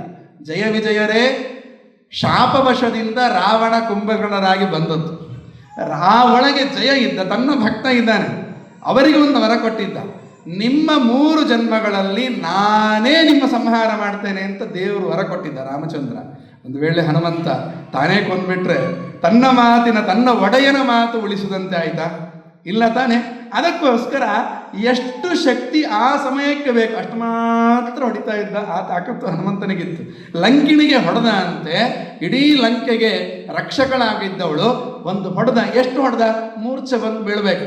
ಒಳಗೆ ಒಂದು ಒಳ್ಳೆಯ ಜೀವ ಇತ್ತು, ಅಪ್ಸರಸೆ ಇದ್ಲು, ಅವಳು ಶಾಪದಿಂದ ಬಂದಿದ್ಲು, ಅವಳು ಮೂಲ ರೂಪಕ್ಕೆ ಹೋಗ್ಬೇಕು. ಅದಕ್ಕೆ ಎಷ್ಟು ಬೇಕು ಅಷ್ಟೇ ಹೊಡೆದ. ಅಲ್ಲಿಂದ ಒಳಗೆ ಹೋಗ್ತಾನೆ, ಏನೆಲ್ಲ ದಾಂಧಲೆ ಮಾಡಿದ ಅಂತ ನಮ್ಮ ಕಥೆ ಗೊತ್ತಿದೆ. ಇಡೀ ಲಂಕೆಯನ್ನು ಧ್ವಂಸ ಮಾಡುವುದಕ್ಕಿಂತ ಮೊದಲು ಹುಡುಕಿದ ಸೀತೆಯನ್ನು. ಅಶೋಕವನದಲ್ಲಿ ಇದ್ಲು. ಈ ಹುಡುಕುವ ವ್ಯವಸ್ಥೆಯನ್ನು ಹನುಮಂತನ ಇಡೀ ಸುಂದರಕಾಂಡದಲ್ಲಿ ನಮ್ಮ ಹನುಮಂತ ಅಂದರೆ ಏನು ಅಂತ ಬಿಚ್ಚಿಡ್ತಾರೆ ಅಷ್ಟೇ. ಹನುಮಂತನಿಗೆ ಗೊತ್ತಿರಲಿಲ್ವಾ? ವಾಯುದೇವರಲ್ವ, ಸರ್ವಜ್ಞರಲ್ವ ಅವರು, ಪ್ರಾಣದೇವರು, ಅವರಿಗೆ ಗೊತ್ತಿರಲಿಲ್ವ ಹುಡುಕಬೇಕಾ ಸೀತೆ ಎಲ್ಲಿದ್ದಾಳೆ ಅಂತ? ಗೊತ್ತಿದ್ರೂ ಹುಡುಕಿದಂತೆ. ಮಾರ್ಗಮಾಣ ಬಯಶ್ಚಾಂತ ಶೋಷೋಕ ವನಿಕಾತಲೆ ರಾಮಾಯಣ ಹೇಳುತ್ತೆ. ಅಲ್ಲಲ್ಲಿ ಹುಡುಕಿರಂತೆ ನಟನೆ ಮಾಡಿದ. ಯಾಕೆ ಅಂದರೆ ಮೇಲೆ ಅನೇಕ ದೈತ್ಯರು ಆಕಾಶದಲ್ಲಿ ಹನುಮ ಏನು ಮಾಡ್ತಾನೆ ನೋಡುವ ಅಂತ ಕಾಯ್ತಾ ಇದ್ರಂತೆ, ಟೆಸ್ಟ್ ಮಾಡಲಿಕ್ಕೆ ಅಂತ ಬಂದಿದ್ರಂತೆ. ಅವರಿಗೆಲ್ಲ ಸರಿಯಾದ ತಿಳುವಳಿಕೆ ಬರಬಾರ್ದು. ಅವರಿಗೆ ಇಷ್ಟೆಲ್ಲ ಮಾಡಿದರು. 370 ಆಪ್ರಗೇಟ್ ಆಯಿತು, ಇಷ್ಟೆಲ್ಲ ಏನೆಲ್ಲ ನೋಡಿದೆವು ನಾವು. ಸರ್ಜಿಕಲ್ ಸ್ಟ್ರೈಕ್ ಆಯಿತು. ಇದೆಲ್ಲ ಮೊದಲೇ ಪ್ಲ್ಯಾನ್ ಮಾಡಿ ಇಡೀ ಜಗತ್ತಿಗೆ ಟಾಮ್ ಮಾಡಿದ್ದಾರೆ ಕೆಲಸ. ಯಾರು ಕೆಲಸ ಮಾಡ್ತಾರೋ ಅವರು ಹೇಳೋದಿಲ್ಲ, ಹೇಳುವವರು ಕೆಲಸ ಮಾಡೋದಿಲ್ಲ. ಅದೇ ಅದೇ ಜಾತಿಯವ. ಅದರಿಂದ ಹೇಳಿ ಕೆಲಸ ಮಾಡುವವನಲ್ಲ, ಕೆಲಸ ಮಾಡಿ ತೋರಿಸ್ತಾನೆ ಹನುಮಂತ. ಮೇಲೆ ಕಾಯ್ತಾ ಇದ್ರು, ಹನುಮನಿಗೆ ಏನು ತಾಕತ್ತಿದೆ ನೋಡುವ ಅಂತ. ಅವರನ್ನೆಲ್ಲ ತಲೆಗೆಡಿಸ್ಬೇಕಾಗಿದೆ ಅವರಿಗೆ. ಮೊದಲೊಂದು 12,000 ಸೈನಿಕರನ್ನು ಕಾಶ್ಮೀರಕ್ಕೆ ಕಳಿಸಿ ಏನು ಮಾಡ್ತಾನೆ ತಲೆ ಕೆರ್ಕೊಂಡ್ರು, ಏನೂ ಗೊತ್ತಾಗಿಲ್ಲ. ಅವತ್ತಿನ ದಿವಸವೇ ಅನೌನ್ಸ್ ಮಾಡಿದಾಗಲೇ ಗೊತ್ತು ಏನಾಯಿತು ಅಂತ. ಹನುಮನೂ ಹಾಗೆ ಯಾರ್ಯಾರು ಕೆಟ್ಟವರಿರ್ತಾರೆ ಅವರಿಗೆ ಭ್ರಮೆ ಬರಬೇಕು ಅಂತಲೇನೆ ಹುಡುಕಿದಂತೆ ನಟನೆ ಮಾಡಿದ, ಗೊತ್ತಿದ್ರು ನಟನೆ ಮಾಡಿದ, ಹುಡುಕಿದ, ಸೀತೆಯನ್ನು ಕಂಡ, ಶ್ರೀರಾಮನ ಗುರುತನ್ನು ಅವಳಿಗೆ ಕೊಟ್ಟ, ಅವಳಲ್ಲಿ ಮಾತಾಡಿದ, ಅವಳಿಂದ ತಾಯಿಯಿಂದ ಒಂದು ಗುರುತನ್ನು ಪಡ್ಕೊಂಡ. ಇನ್ನೇನು ಹೊರಡಬೇಕು, ತನ್ನ ಕೆಲಸ ಅಷ್ಟೇ, ರಾಮ ಹೇಳಿದ್ದಷ್ಟೇ ಕೆಲಸ. ಅಲ್ಲಿ ಹೋಗಿ ನೋಡಿಕೊಂಡು ಬಾ, ಸೀತೆಯ ಕ್ಷೇಮವನ್ನು ನಂಗೆ ತಿಳಿಸು ಅಷ್ಟೇ. ಈ ಹನುಮ ಸ್ವಲ್ಪ ಒಗ್ಗರಣೆ ಸೇರಿಸಿದ ಅಂತೆ, ರುಚಿ ಬರಬೇಕಲ್ಲ ನಮಗೆ, ಸುಂದರ ಆಗಬೇಕಲ್ವ ಕಾಂಡ, ಸ್ವಲ್ಪ ರುಚಿ ಸೇರಿಸಿದ. ಏನು ಸೇರಿಸಿದ? ಅಲ್ಲಿಯೇ ತಗೊಂಡು ಹಾಗೆ ಹೋದ್ರೆ ರಾವಣನಿಗೆ, ಕುಂಭಕರ್ಣನಿಗೆ ರಾಮನ ಬಂಟರ ಬಗ್ಗೆ ಗೊತ್ತೇ ಆಗುವುದಿಲ್ಲ. ಗೊತ್ತಾಗಬೇಕು. ಅದಕ್ಕೋಸ್ಕರ ಏನು ಮಾಡಬೇಕು? ನಾನು ಏನು ಅಲ್ಲ ಎಂದೂ ಹೇಳಿಕೊಂಡವಲ್ಲ ಹನುಮ, ನನ್ನ ಸ್ವಾಮಿಯ ತಾಕತ್ತೇನು ಅಂತ ಈ ರಾವಣನಿಗೆ ಗೊತ್ತು ತಿಳಿಯುವಂತೆ ಮಾಡಬೇಕು ಅಂತ ಹೇಳಿದ. ಅದಕ್ಕೊಂದು ಉಪಾಯ ಮಾಡಿದ. ಇಡೀ ಲಂಕೆಯ ತೋರಣ ಅಂತಂದರೆ ಗೇಟ್, ಮುಖದ್ವಾರ, ಇಡೀ ಲಂಕಾಪಟ್ಟಣದ ಎಲ್ಲ ವನಗಳನ್ನು ಕಿತ್ತು, ಮಂಗಗಳ ಕೆಲಸ ಅಷ್ಟೇ, ಯಾವುದು ಚಂದ ಇದೆ, ಯಾವುದು ಹೇಗಿದೆ ಆ ರೀತಿ ಇರುವಂತೆ ಮಾಡದಿರುವುದೇ ಮಂಗಗಳ ಕೆಲಸ. ಮಾಡಿದ, ಎಲ್ಲ ಧ್ವಂಸ ಮಾಡಿ ಹಾಕಿದ. ಈ ರಾವಣ ಆರಾಮದಲ್ಲಿ ನಿದ್ದೆ ಮಾಡಿದ್ದ. ಪಟ್ಟ ಬಂದು ಯಾರೋ ಎಚ್ಚರ ಆಯಿತು, ಎದ್ದ. ನಾನು ಯಾಕೆ ಬೇಕು, ಯಾವುದೋ ಒಂದು ಕೋತಿ, ಅದಕ್ಕೆ ಯಾರು ಸೈನಿಕರಿದ್ದಾರೆ. ಈ ಕಪಿ ಏನು ಮಾಡಿದ? ಅಷ್ಟೆಲ್ಲ ಮಾಡಿ ಮೂಲೆಯಲ್ಲಿ ಕೊಡಬೇಕಾ? ಇಲ್ಲ, ಮುಖದ್ವಾರದ ಮೇಲೆ ಹೋಗಿ ದೊಡ್ಡ ರೂಪ ತಾಳಿಕೊಂಡು ಗರ್ಜನೆ ಮಾಡಿಕೊಂಡು ಕೂತಾನ. ನಾನೇ ಮಾಡಿದವ ಅಂತ ಎದೆ ತಟ್ಟಿಕೊಂಡು ಹೇಳಿ ಗರ್ಜನೆ ಮಾಡಿಕೊಂಡು ಕೂತಾನ. ಎಲ್ಲರೂ ಬಂದರು. ಅದೇ 80 ಕೋಟಿ ಯೂಥಪಂ, 80 ಕೋಟಿ ದೈತ್ಯರು, ರಾಕ್ಷಸರು ಬಂದರು. ಎಲ್ಲರನ್ನು ಕ್ಷಣ ಹೆಂಗೆ ಪುಡಿ ಮಾಡ್ತಿದ್ದ. ಅಲ್ಲಿ ಮಾತ್ರ ಹೋಗ್ತಾರೆ, ವಾಲ್ಮೀಕಿ ಋಷಿಗಳು ಹೇಳ್ತಾರೆ, ಅಲ್ಲಿ ಗದೆ ಇಲ್ಲ, ಮಣ್ಣು ಎಂಥದೂ ಇಲ್ಲ, ಕೈಗೆ ಎಂತ ಸಿಕ್ತು, ಮರಗಳ ಸಿಕ್ತಾ ಕಿತ್ತು ಒಗೆಯೋದು, ಗುಂಡುಕಲ್ಲು ಒಗೆಯೋದು, ಈ ರೀತಿ ಮಾಡ್ತಿದ್ದ ಹನುಮ. ಆ ರೀತಿ ಎಲ್ಲರನ್ನೂ ಸಂಹಾರ ಮಾಡಿದ. ಆದ್ರೂ ಮತ್ತೆ ಅಟ್ಟಹಾಸ ಬೀರ್ಕೊಂಡು ಮೇಲೋಗಿ ಕೂತ. ರಾವಣನ ಒಬ್ಬ ಮಗ ಬಂದ, ಉತ್ತರ. ಇವನೆಂತ ಎಣಿಸ್ತಾನೆ, ಒಂದು ವೇಳೆ ಈಗಲೇ ಈ ಮಗನನ್ನು ನಾನು ಕೊಂದು ಹೋದೆ ಅಂತಂದರೆ ರಾವಣನಲ್ಲಿರುವ ಧೈರ್ಯದಲ್ಲಿ 3/1 ಹೋಗ್ತದೆ. ರಾವಣನನ್ನು ಕೊಲ್ಲಿಕ್ಕೆ ಸುಲಭ ಆಗತ್ತೆ, ಸೋಲಿಸ್ಲಿಕ್ಕೆ ಸುಲಭ ಆಗತ್ತೆ. ಆಲೋಚನೆ ಮಾಡಿದ.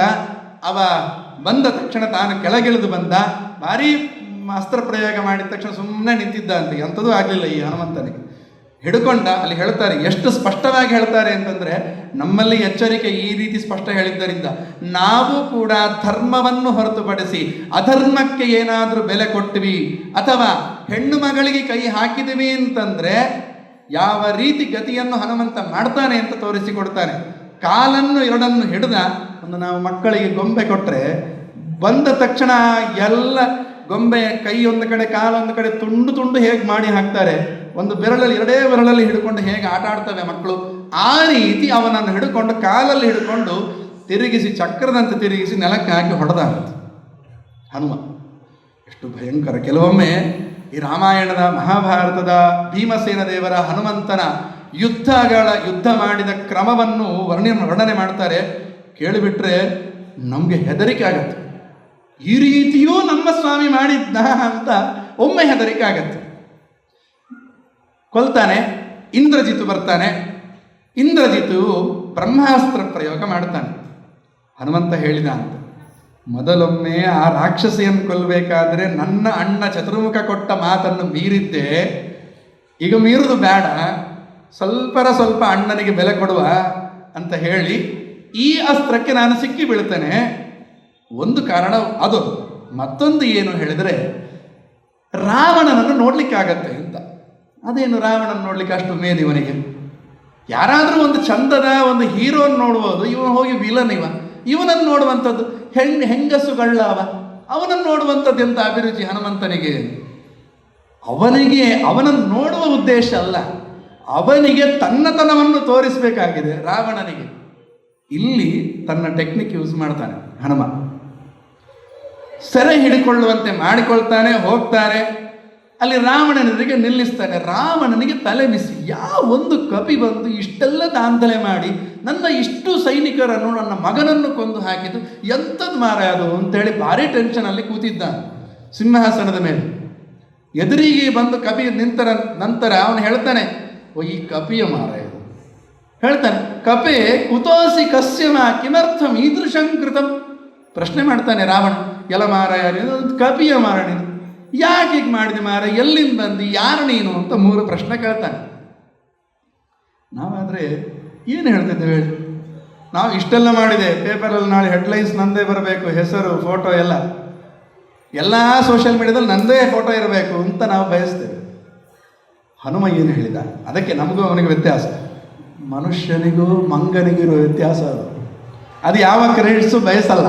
ನಾವೆಲ್ಲ ಕ್ರೆಡಿಟ್ಸ್ ನಮ್ಮದು ಮಾತ್ರ ಅಲ್ಲ, ಇನ್ನೊಬ್ಬರ ಕ್ರೆಡಿಟ್ ನನಗೆ ಬೇಕು ಅಂತ ಬಯಸುವವರು ನಾವೆಲ್ಲ.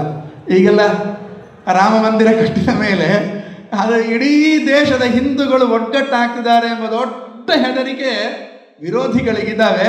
ಏನೇನೋ ಒಂದು ಶುರು ಮಾಡ್ತಿದ್ದಾರೆ ಅಲ್ವಾ? ಅದೇ ರೀತಿ ಈ ಹನುಮಂತ ರಾವಣನ ಎದುರಿಗೆ ಬಂದು ನಿಂತ ನಂತರ, ಯಾರು ನೀನು ಮಾರಾಯ ಕಪಿ ಅಂತ ಕೇಳಿದಾಗ ಹನುಮಂತ ಕೊಟ್ಟ ಉತ್ತರ ಎಂಥದ್ದು ಗೊತ್ತಾ? ಎಂಥವನನ್ನು ಬಡಿದು ಎಬ್ಬಿಸುವಂಥ ಮಾತುಗಳು ಹನುಮಂತನ ಮಾತು.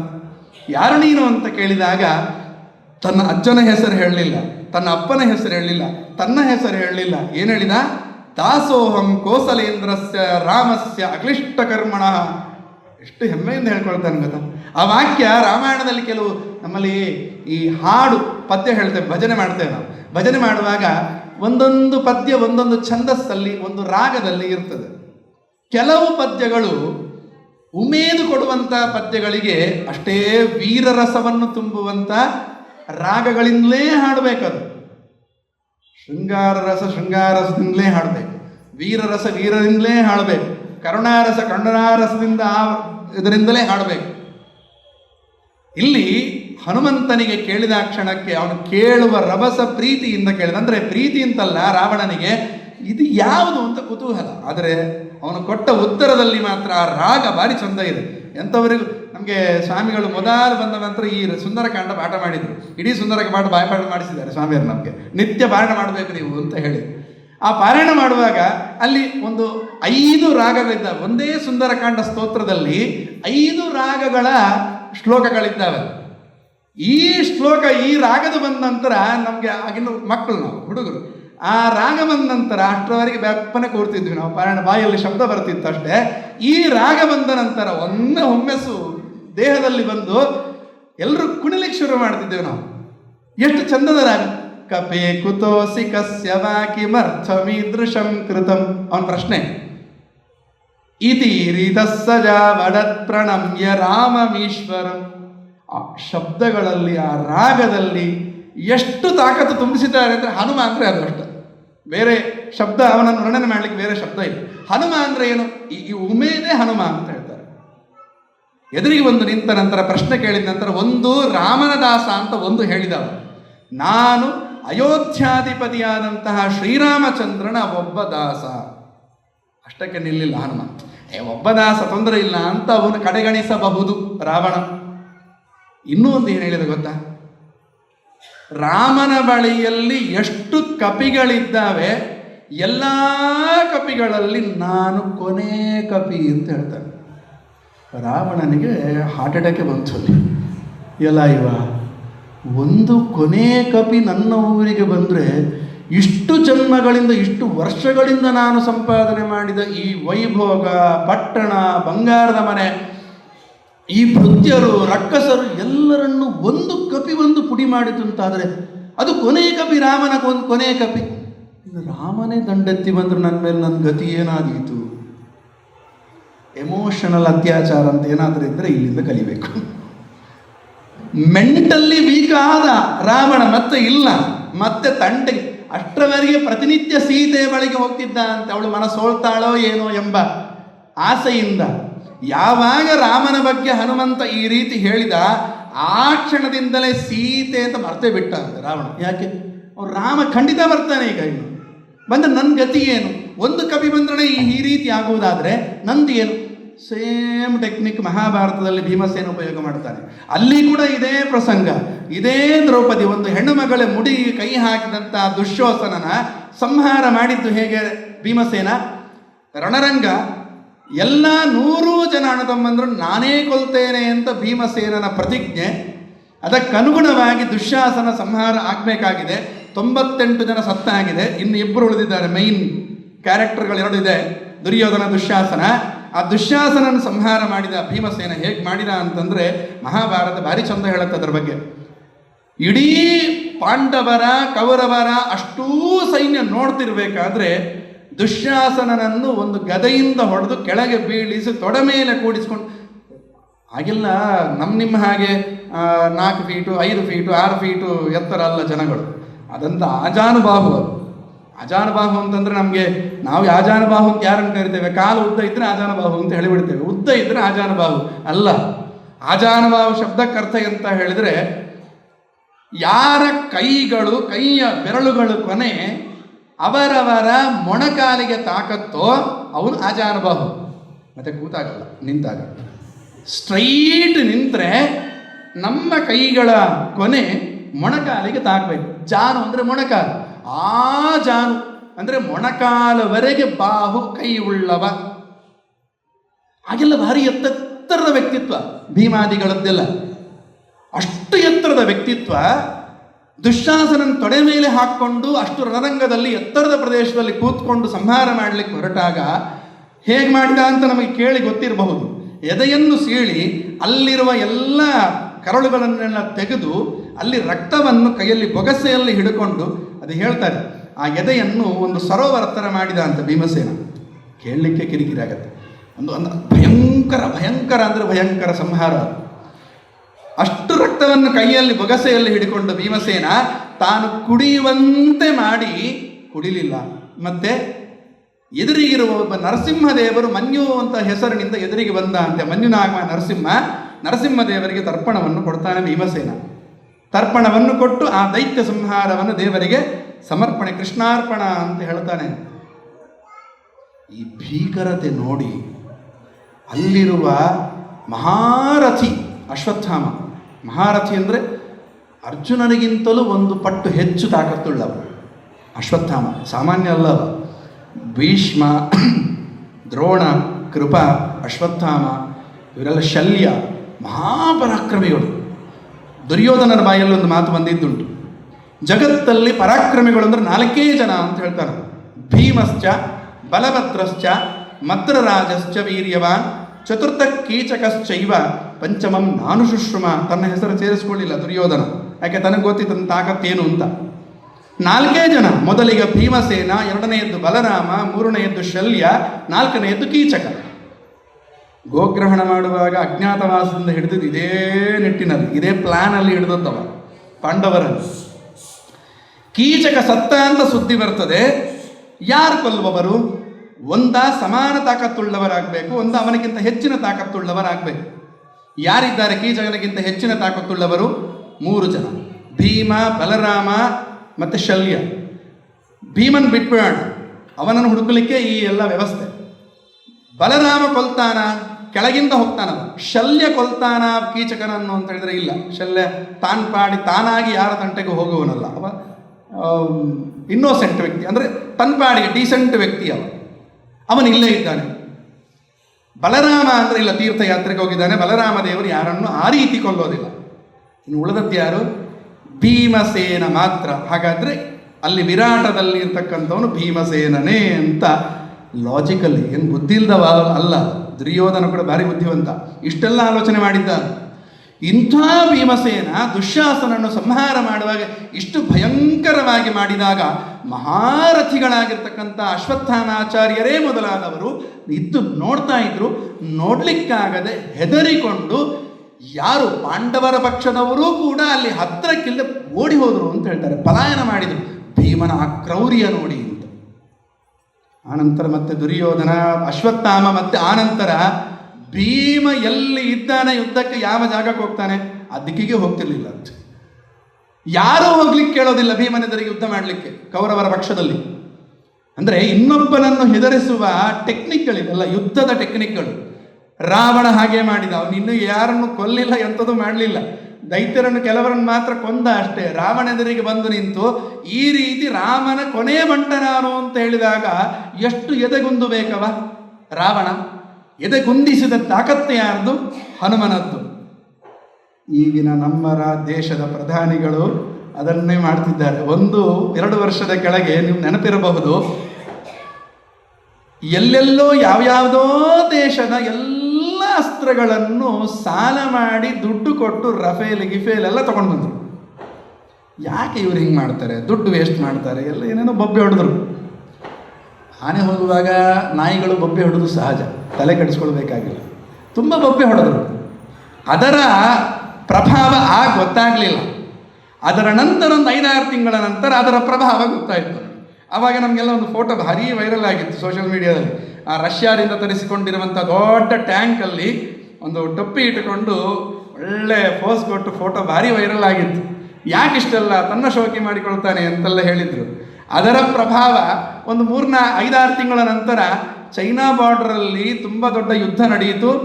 ಆಗ ನಂತರ ಯಾವಾಗ ಈ ರೀತಿ ನಮ್ಮಲ್ಲಿ ಎಕ್ವಿಪ್ಮೆಂಟ್ಸ್ ಇದ್ದಾವೆ ಅಂತ ಗೊತ್ತಾಯ್ತಾ, ನಮಗಿಂತ ಹೆಚ್ಚು ತಾಕತ್ತಿದ್ದರೂ ಕೂಡ ಚೈನಾ ದೇಶ ಸೈನಿಕರು ಭಾರತ ಅಂತಂದರೆ 1000 ಬಾರಿ ಈ ಕ್ಷಣದವರೆಗೂ ಆಲೋಚನೆ ಮಾಡಿಕೊಳ್ಳೋದು ಹೇಗೆ?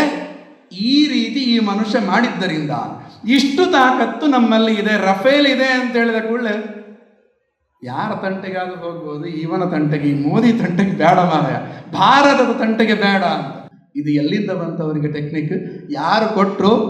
ನನ್ನ ಇತಿಹಾಸ, ನನ್ನ ರಾಮಾಯಣದಲ್ಲಿ ನನ್ನ ಹನುಮ ಕೊಟ್ಟ ಟೆಕ್ನಿಕ್ಗಳಿವು ಅಂತ ಹೇಳ್ತಾರೆ.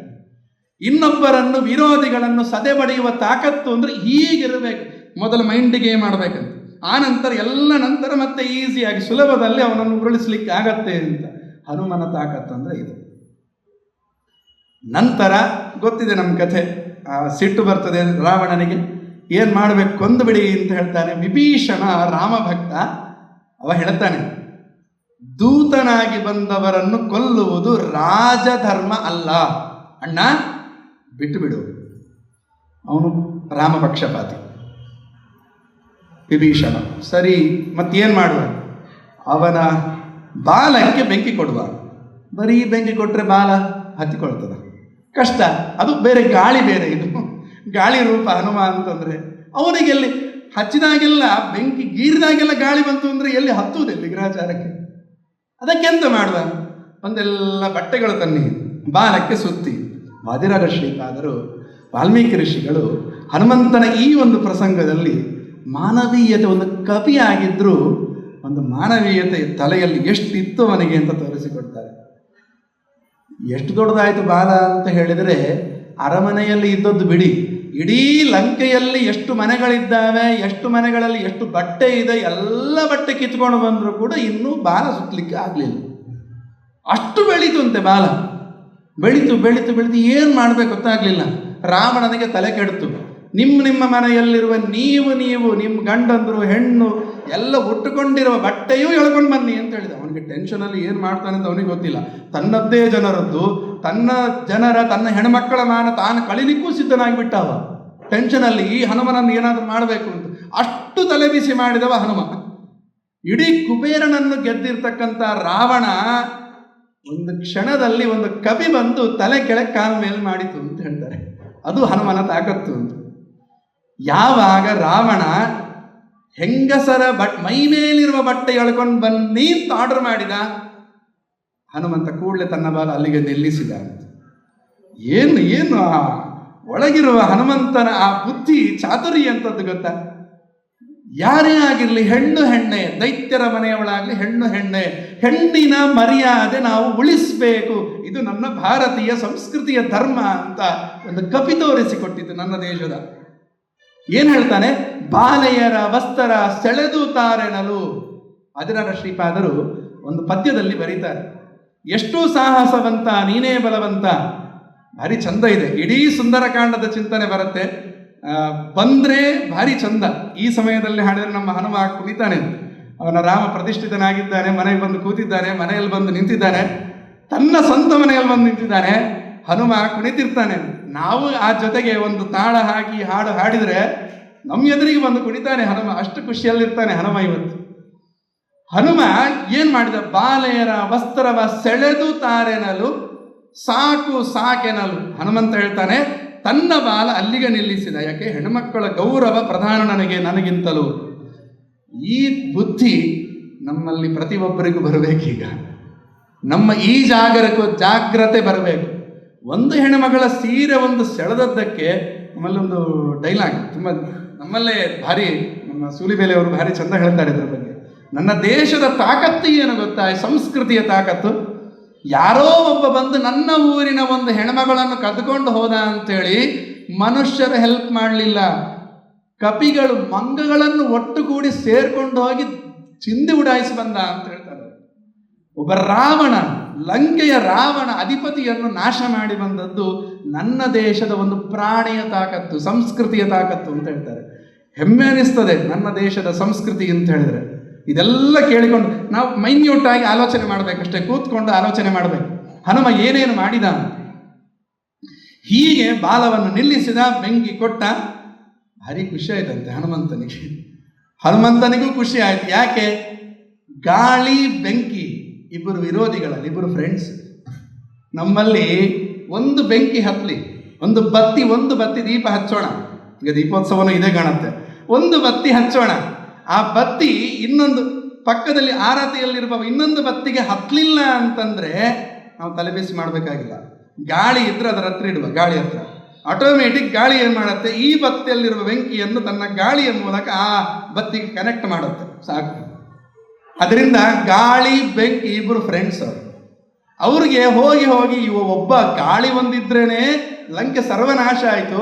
ಅದಕ್ಕೆ ಜೊತೆಗೆ ಈ ರಾವಣನೇ ಬೇಕು ಅಂತೇಳಿ ಗಾಳಿ ಜೊತೆಗೆ ಬೆಂಕಿಯನ್ನು ಇನ್ನೊಬ್ಬ ಫ್ರೆಂಡನ್ನು ಕೊಟ್ಟ. ನೋಡುವ ಏನು ಮಾಡ್ತೀವಿ ಅಂತ, ತೋರಿಸ್ತೇನೆ ಅಂತ ಹೇಳಿದ. ಇಡೀ ಲಂಕಾ ಪಟ್ಟಣ, ಬಂಗಾರದಮಯವಾದ ಪಟ್ಟಣ ಸೋರಿ ಹೋಯಿತು. ಆ ಬೆಂಕಿ ಎಲ್ಲಕ್ಕೂ ಬೆಂಕಿ ಹಚ್ಚಿ ಬೆಂಕಿಗೆ ಬಂಗಾರ ಬೆಂಕಿ ಹಾಕಿದ್ರೆ ಏನಾಗುತ್ತೆ ಗೊತ್ತು ನಮಗೆ. ಬೆಂಕಿಗೆ ಬಿದ್ದು ಇಡೀ ಲಂಕೆ ಸ್ವರ್ಣಮಯವಾದ ಲಂಕೆ, ಸ್ವರ್ಣದ ಅಲ್ಲಿ ಸರೋವರಣೆ ಆಯಿತು. ಸ್ವರ್ಣದ ದ್ರವರೂಪವಾದ ಸ್ವರ್ಣ ಕೆಳಗೆ ಬಂತು ಅಂತ ಹೇಳ್ತಾರೆ.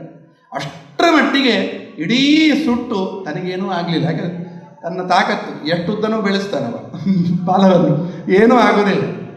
ಬೆಳೆಸಿ ಆ ರೀತಿ ಮಾಡಿ ಕೊನೆಗೆ ಅದೇ ಸಮುದ್ರದಲ್ಲಿ ತಾನು ಆ ಬೆಂಕಿಯನ್ನು ನಂದಿಸಿಕೊಂಡು ರಾಮನ ಬಳಿಗೆ ಹೋದ.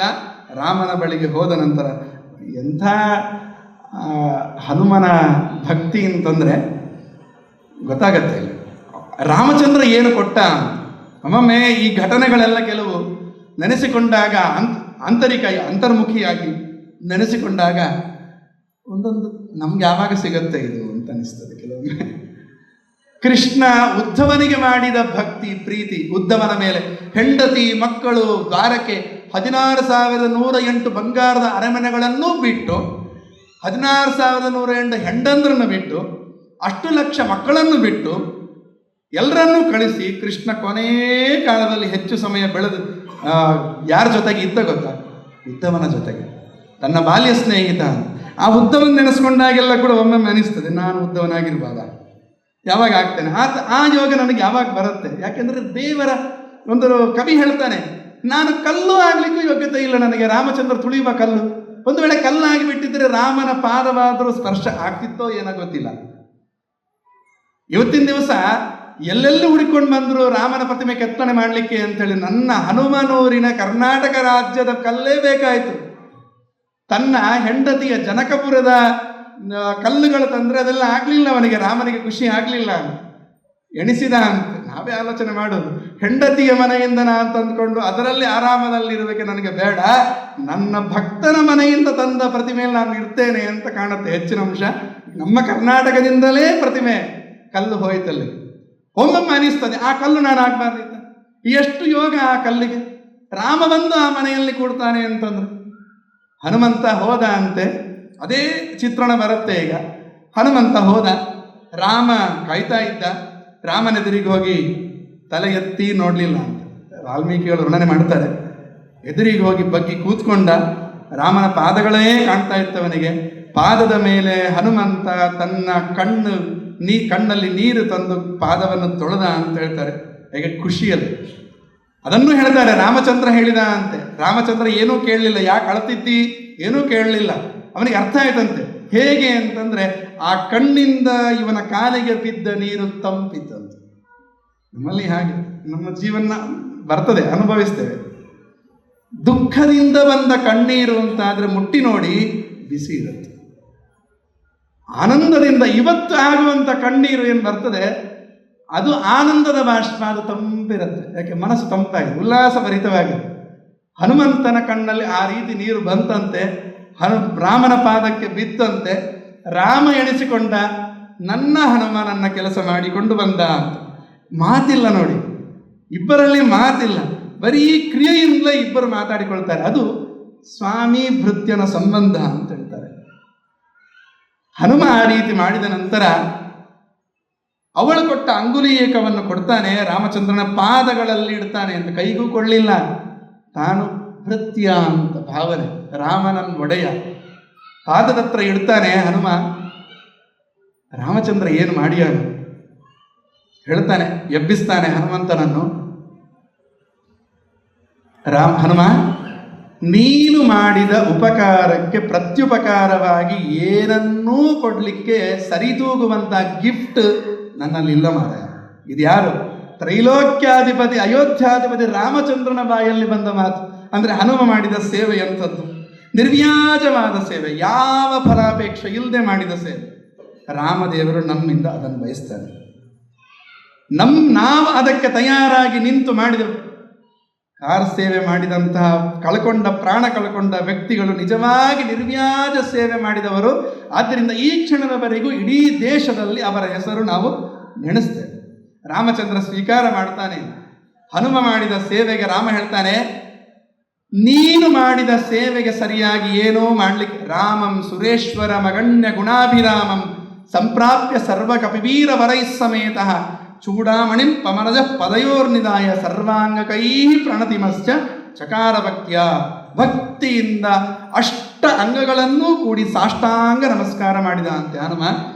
ರಾಮೋಪಿ, ನಮ್ಮ ರಾಮ ಏನು ಕಮ್ಮಿ ಇಲ್ಲ, ಏನ್ ಮಾಡಿದ ಅಂತೆ, ರಾಮೋಪಿ ನಾಣ್ಯದ ಅನುದಾತು ಅಮುಷ್ಯ ಯೋಗ್ಯಂ ಅತ್ಯಂತ ಭಕ್ತಿ ಭರಿತಸ್ಯ ವಿಲಕ್ಷ ಕಿಂಚಿತ್.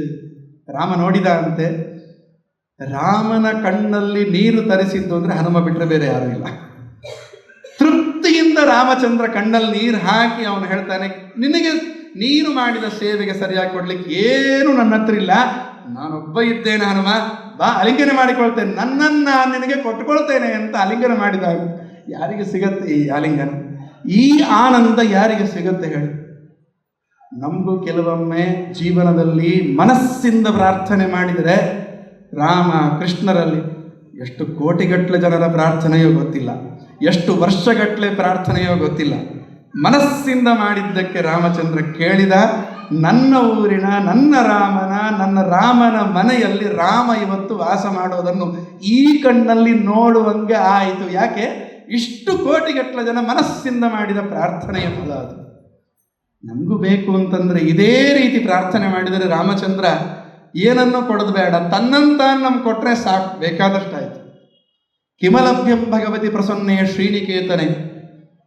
ಈ ರೀತಿ ಅದಕ್ಕೆ ಇಡೀ ಕಥೆ ಕೇಳಿದಾಗ, ಇಲ್ಲಿನ ತತ್ವಗಳನ್ನು ನೋಡಿದಾಗ ವಾಲ್ಮೀಕಿಗಳು ಇದಕ್ಕೆ ಇಟ್ಟ ಹೆಸರು ಸರಿಯೇ ಇದೆ. ಸುಂದರ ಕಾಂಡ, ಎಲ್ಲಿ ನೋಡಿದರೂ ಸುಂದರವೇ. ಆಂತರಿಕ ನೋಡ್ತೀರಾ ಸುಂದರವೇ, ಲೌಕಿಕವಾಗಿ ನೋಡ್ತೀರಾ ಸ್ವಾಮಿಯ ಕೆಲಸವನ್ನು ಈ ರೀತಿಯೂ ಮಾಡ್ಲಿಕ್ಕಾಗತ್ತಾ? ಎಷ್ಟು ಚಂದ ಸುಂದರ ಕಾಂಡ.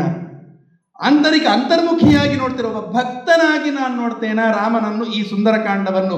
ಒಳಗಿಂದ ಆಗುವ ಆನಂದ ಹೇಳ್ಕೊಳ್ಳಿಕ್ಕೆ ಶಬ್ದಗಳಲ್ಲಿ ಸಿಗೋದಿಲ್ಲ. ಇವತ್ತು ತುಂಬ ಜನ, ಒಬ್ಬರನ್ನು ಬಹಳ ಜನನು ಇಂಟರ್ವ್ಯೂ ಮಾಡುವಾಗಲ ಹೇಳ್ತಾ ಇದ್ರು, ಏನು ಅನಿಸ್ತದೆ ಈ ಮಂದಿರ ನೋಡಿದಾಗ? ಜೈ ಶ್ರೀರಾಮ್, ಇಷ್ಟೇ ಉತ್ತರ. ಯಾಕೆ? ಅವ್ರು ಹೇಳಿದರು, ಒಬ್ಬ ಆ ರಾಮದೇವರ ವೇಷ ಹಾಕಿದ ರಾಮಾಯಣದಲ್ಲಿ ಅರುಣ್ ಗೋಯಲ್ ಅವರನ್ನು ಮಾತು ಹೇಳಿದರು, ದಯವಿಟ್ಟು ನನ್ನನ್ನು ಮಾತಾಡಿಸ್ಬೇಡಿ, ಇವತ್ತು ಶಬ್ದಗಳು ಬರೋದಿಲ್ಲ, ಓನ್ಲಿ ರಾಮ. ಒಳಗಿಂದ ಎಷ್ಟು ಆನಂದ ಪಟ್ಟಿರಬೇಕು. ನಾವು ಪಟ್ಟಿರ್ತೀವಿ, ನಾನಂತ ಖಂಡಿತ ಪಟ್ಟಿದ್ದೆ. ಆನಂದ ಈ ಕ್ಷಣದವರೆಗೂ ಅದನ್ನು ಫೀಲ್ ಮಾಡ್ತಾ ಇದ್ದೆ. ಹೊರಗೆ ಬರಲಿಕ್ಕೆ ಮನಸ್ಸು ಬರ್ತಾ ಇಲ್ಲ ನನಗೆ. ಆ ಒಂದು ಇದರಿಂದ ಗುಂಗಿಯಿಂದ ಹೊರಗೆ ಬರಲಿಕ್ಕೆ ಇನ್ನೂ ನೋಡ್ಬೇಕು ರಾಮನ. ನನ್ನ ರಾಮ ನನ್ನ ಮನೆಯಲ್ಲಿ ಬಂದದ್ದು ಇನ್ನೂ ನೋಡಬೇಕು. ಆ ಭಾವುಕತನ ಇದೆ ಅಲ್ವಾ, ಆ ಭಾವುಕತನವೇ ಎಲ್ಲವನ್ನು ಕಟ್ಟಿ ಹಾಕ್ತದೆ, ಬೇಕಾದ್ದು ಕೊಡ್ತದೆ. ಅದು ಹನುಮನಂತೆ. ಹನುಮ ಅದಕ್ಕೆ ಸುಂದರ ಕಾಂಡ ಅದಾಯಿತು. ಕೊನೆಗೆ ರಾಮಚಂದ್ರ ಯುದ್ಧ ಮಾಡಿ ಪಟ್ಟಾಭಿಷಿಕ್ತನಾಗಿ ಅಯೋಧ್ಯದಲ್ಲಿ 13,000 ವರ್ಷಗಳ ಆ ರಾಜ್ಯಭಾರ ಆಳುವುದಕ್ಕಿಂತ ಮೊದಲು ಎಲ್ಲ ಕಪಿಗಳನ್ನು ಸತ್ಕಾರ ಮಾಡಿದ.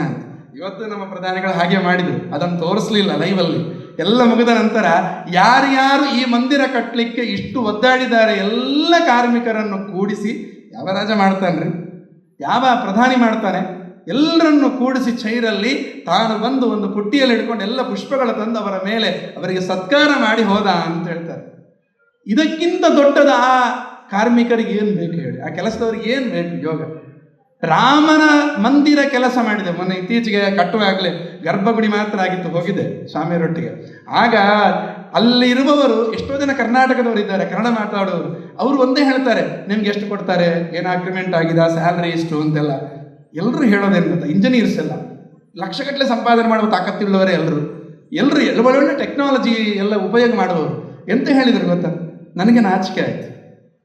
ಅವರೆಂತ ಹೇಳಿದರು, ರಾಮನ ಮಂದಿರ 500 ವರ್ಷಗಳ ನಂತರ ಕಟ್ಟುವ ಭಾಗ್ಯ, ಆ ಕಟ್ಟುವುದರಲ್ಲಿ ಒಂದು ಅಳಿಲು ಸೇವೆ ಮಾಡಲಿಕ್ಕೆ ನನ್ನನ್ನು ಚೂಸ್ ಮಾಡಿದನಲ್ಲ ನನ್ನ ರಾಮ, ಇಷ್ಟು ಸಾಕು ಅಂತ ಹೇಳ್ತಾನೆ. ಅಷ್ಟು ಅಲ್ಲಿ ಆ ಮಣ್ಣಿಗೆ ಹೋದರೆ ಆ ಭಾವನೆ ಬರುತ್ತಾ ಏನೋ ಗೊತ್ತಿಲ್ಲ ನನಗೆ. ಅಷ್ಟು ರಾಮಚಂದ್ರ ಪ್ರೀತಿ ಮಾಡಿದವ.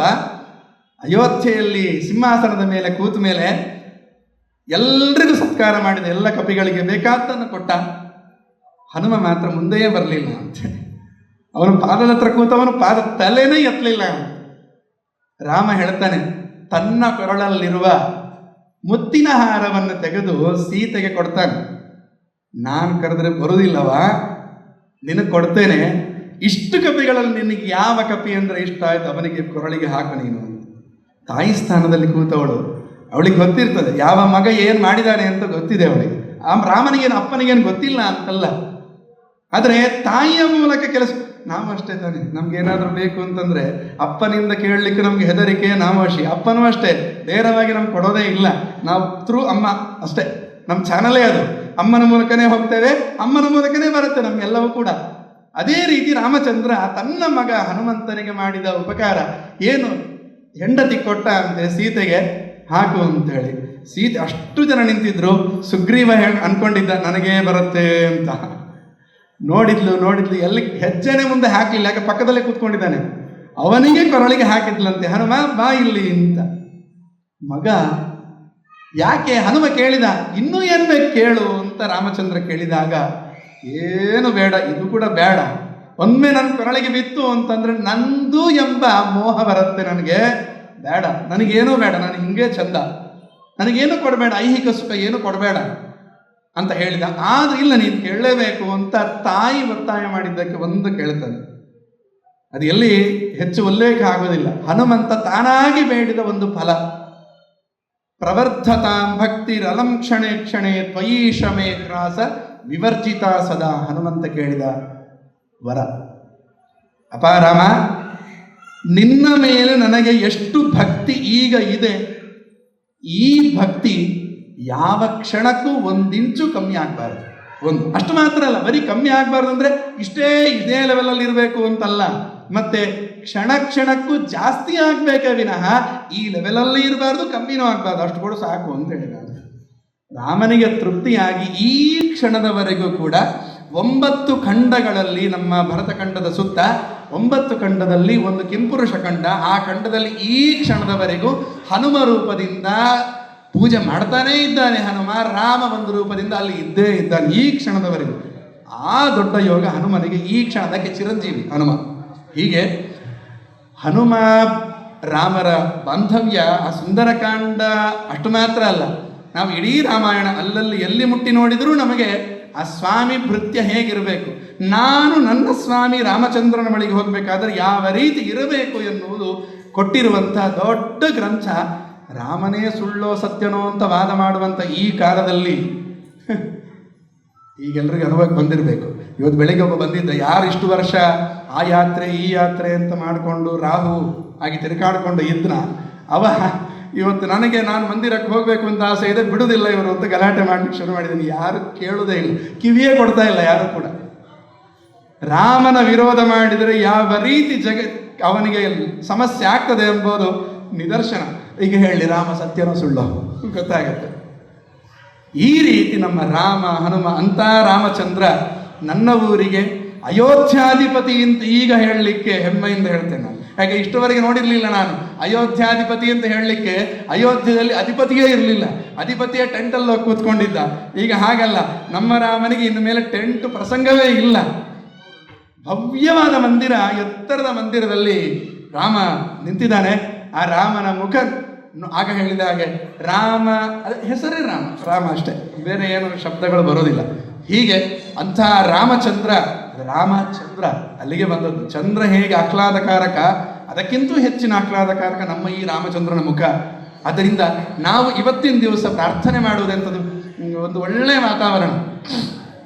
ಇಡೀ ದೇಶದಲ್ಲಿ ನಾವು ಆಗ ಮಧ್ಯಾಹ್ನ ಬೆಳಗಿನ ನೋಡ್ತಾ ಇದ್ದೀವಿ, ಯಾವ ವಾಟ್ಸಪ್ ತೆಗೆದ್ರು, ಯಾವ ಫೇಸ್ಬುಕ್, ಯಾವ ಇನ್ಸ್ಟಾಗ್ರಾಮ್, ಎಲ್ಲಿ ನೋಡಿದ್ರು, ಯಾವ ಡಿ ಪಿ ನೋಡಿದ್ರು ರಾಮ ರಾಮ ರಾಮ ರಾಮ ರಾಮಮಯ ಜಗತ್ತು ಅಂತ.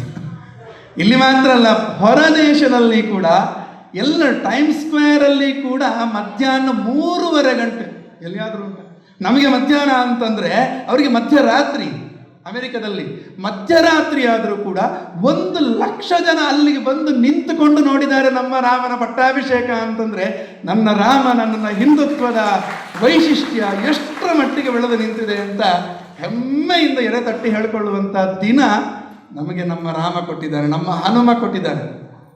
ಆ ಒಂದು ಮೂಡನ್ನು ಯಾವಾಗಲೂ ಕೂಡ ಇದೇ ರೀತಿ ನಾವು ಹುಮ್ಮಸ್ಸಿಂದ ನನ್ನ ದೇಶ ಒಂದು ನಾನು ಆಲೋಚನೆ ಮಾಡಿದೆ. ಬಾಲರಾಮ ಬಂದು ಕೂತಾಗ ಭವ್ಯ ಮಂದಿರ ಆಯಿತು, ಎಲ್ಲ ಆಯಿತು. ಮುಂದೆ ಮೇ ತಿಂಗಳಲ್ಲಿ ಒಂದು ಯುದ್ಧ ಇದೆ. ಆ ಯುದ್ಧದಲ್ಲಿ ಖಂಡಿತ ಹಿಂದುತ್ವಕ್ಕೆ ಗೆಲುವು ಸಿಗತ್ತೆ ಅಂತ ಖಾತ್ರಿ ಮಾಡಿದ.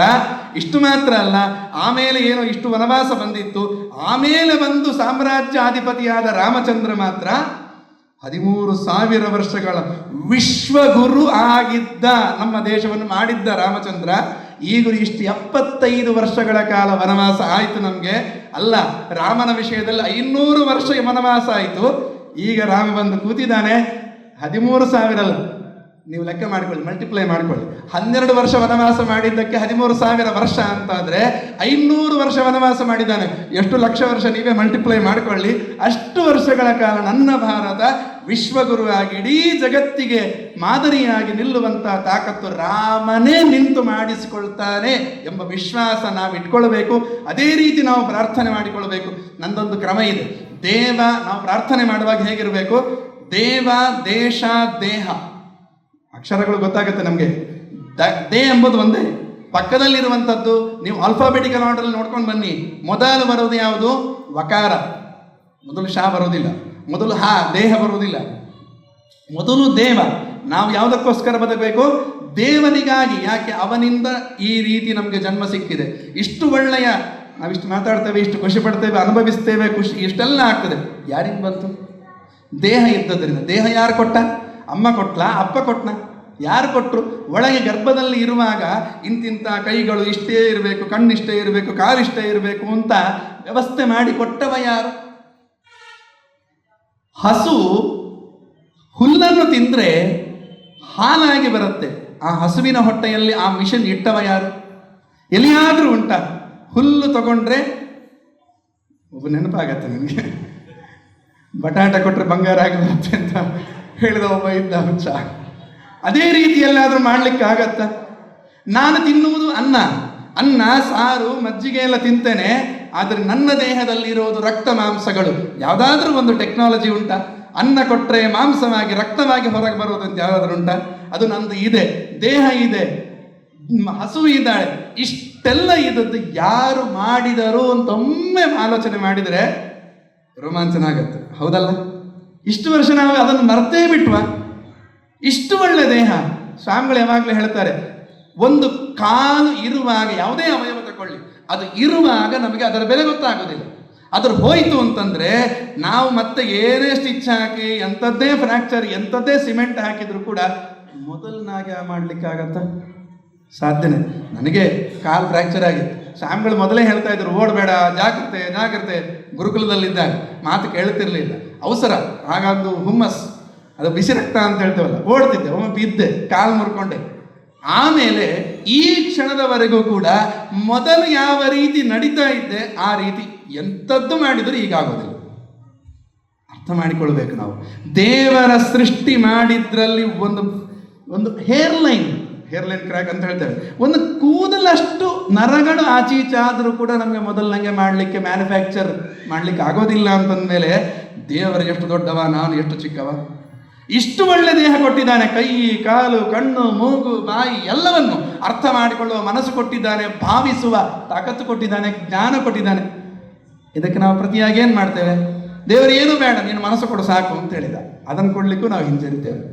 ಇವತ್ತು ರಾಮನಿಗೆ ಪ್ರತಿಜ್ಞೆ ಮಾಡುವ, ಇವತ್ತಿಂದ ಪ್ರತಿ ದಿವಸ ನನ್ನ ಮನೆಯಲ್ಲಿ ನಾನು ರಾಮನ ಸ್ಮರಣೆ ಇಲ್ಲದೆ ನಾನು ಮನೆ ಹೊರಗೆ ಕಾಲಿಡೋಲ್ಲ. ನಾವು ಪ್ರಾರ್ಥನೆ ಮಾಡಿ ಬೇಡಿಕೊಳ್ಳೋಣ, ರಾಮಚಂದ್ರ ಮುಂದಿನ ನಮ್ಮ ಜೀವನ ಯಾವ ರೀತಿ 4 ಲೇನ್ ಇದೆ ಅಲ್ವ, ಆ ರೀತಿ ಆರಾಮ ನಮ್ಮ ಜೀವನ ಮಾಡಿಬಿಡ್ತಾನೆ, ಗ್ಯಾರಂಟಿ ಇದು ಮಾತ್ರ. ಹೀಗೆ ರಾಮನಲ್ಲಿ ಮನಸ್ಸು ಬಿಚ್ಚಿ ಮಾತಾಡುವ, ಪ್ರಾರ್ಥನೆ ಮಾಡುವ. ಆದರೆ ರಾಮನಲ್ಲಿಗೆ ಹೋಗಬೇಕು ಅಂತಾದ್ರೆ ನೇರ ಹೋಗ್ಲಿಕ್ಕೆ ನಮಗೆ ಸೆಕ್ಯೂರಿಟಿ ಬಿಡೋದಿಲ್ಲ, ನಮ್ಗೆ ಆ ತಾಕತ್ತೂ ಇಲ್ಲ. VIP ಅಂತ ಹೇಳ್ಕೊಳ್ಳಿಕ್ಕೆ VIP ಕಾರ್ಡು ನಮ್ಮ ಹತ್ರ ಇಲ್ಲ, ಆ ಯೋಗ್ಯತೆ ಇಲ್ಲ. ಮತ್ತೇನು ಮಾಡಬೇಕು? ನಮಗೆ ಪಾಸ್ ಕೊಟ್ಟು ಕರ್ಕೊಂಡು ಹೋಗಿ ರಾಮನೆದುರಿಗೆ ಹಾಕಿ ಇದು ನನ್ನವ ಅಂತ ರೆಕಮೆಂಡ್ ಮಾಡಿ ಅನುಗ್ರಹ ಮಾಡಿಸುವ ಒಂದು ಜೀವ ಇದೆ. ಅದ್ಯಾರು? ನಮ್ಮ ವಾಯುದೇವರು, ಹನುಮಂತ, ಭೀಮಸೇನ, ಮುಖ್ಯ ಪ್ರಾಣದೇವರು. ಅವನನ್ನು ಪಾದ ಹಿಡಿಯುವ.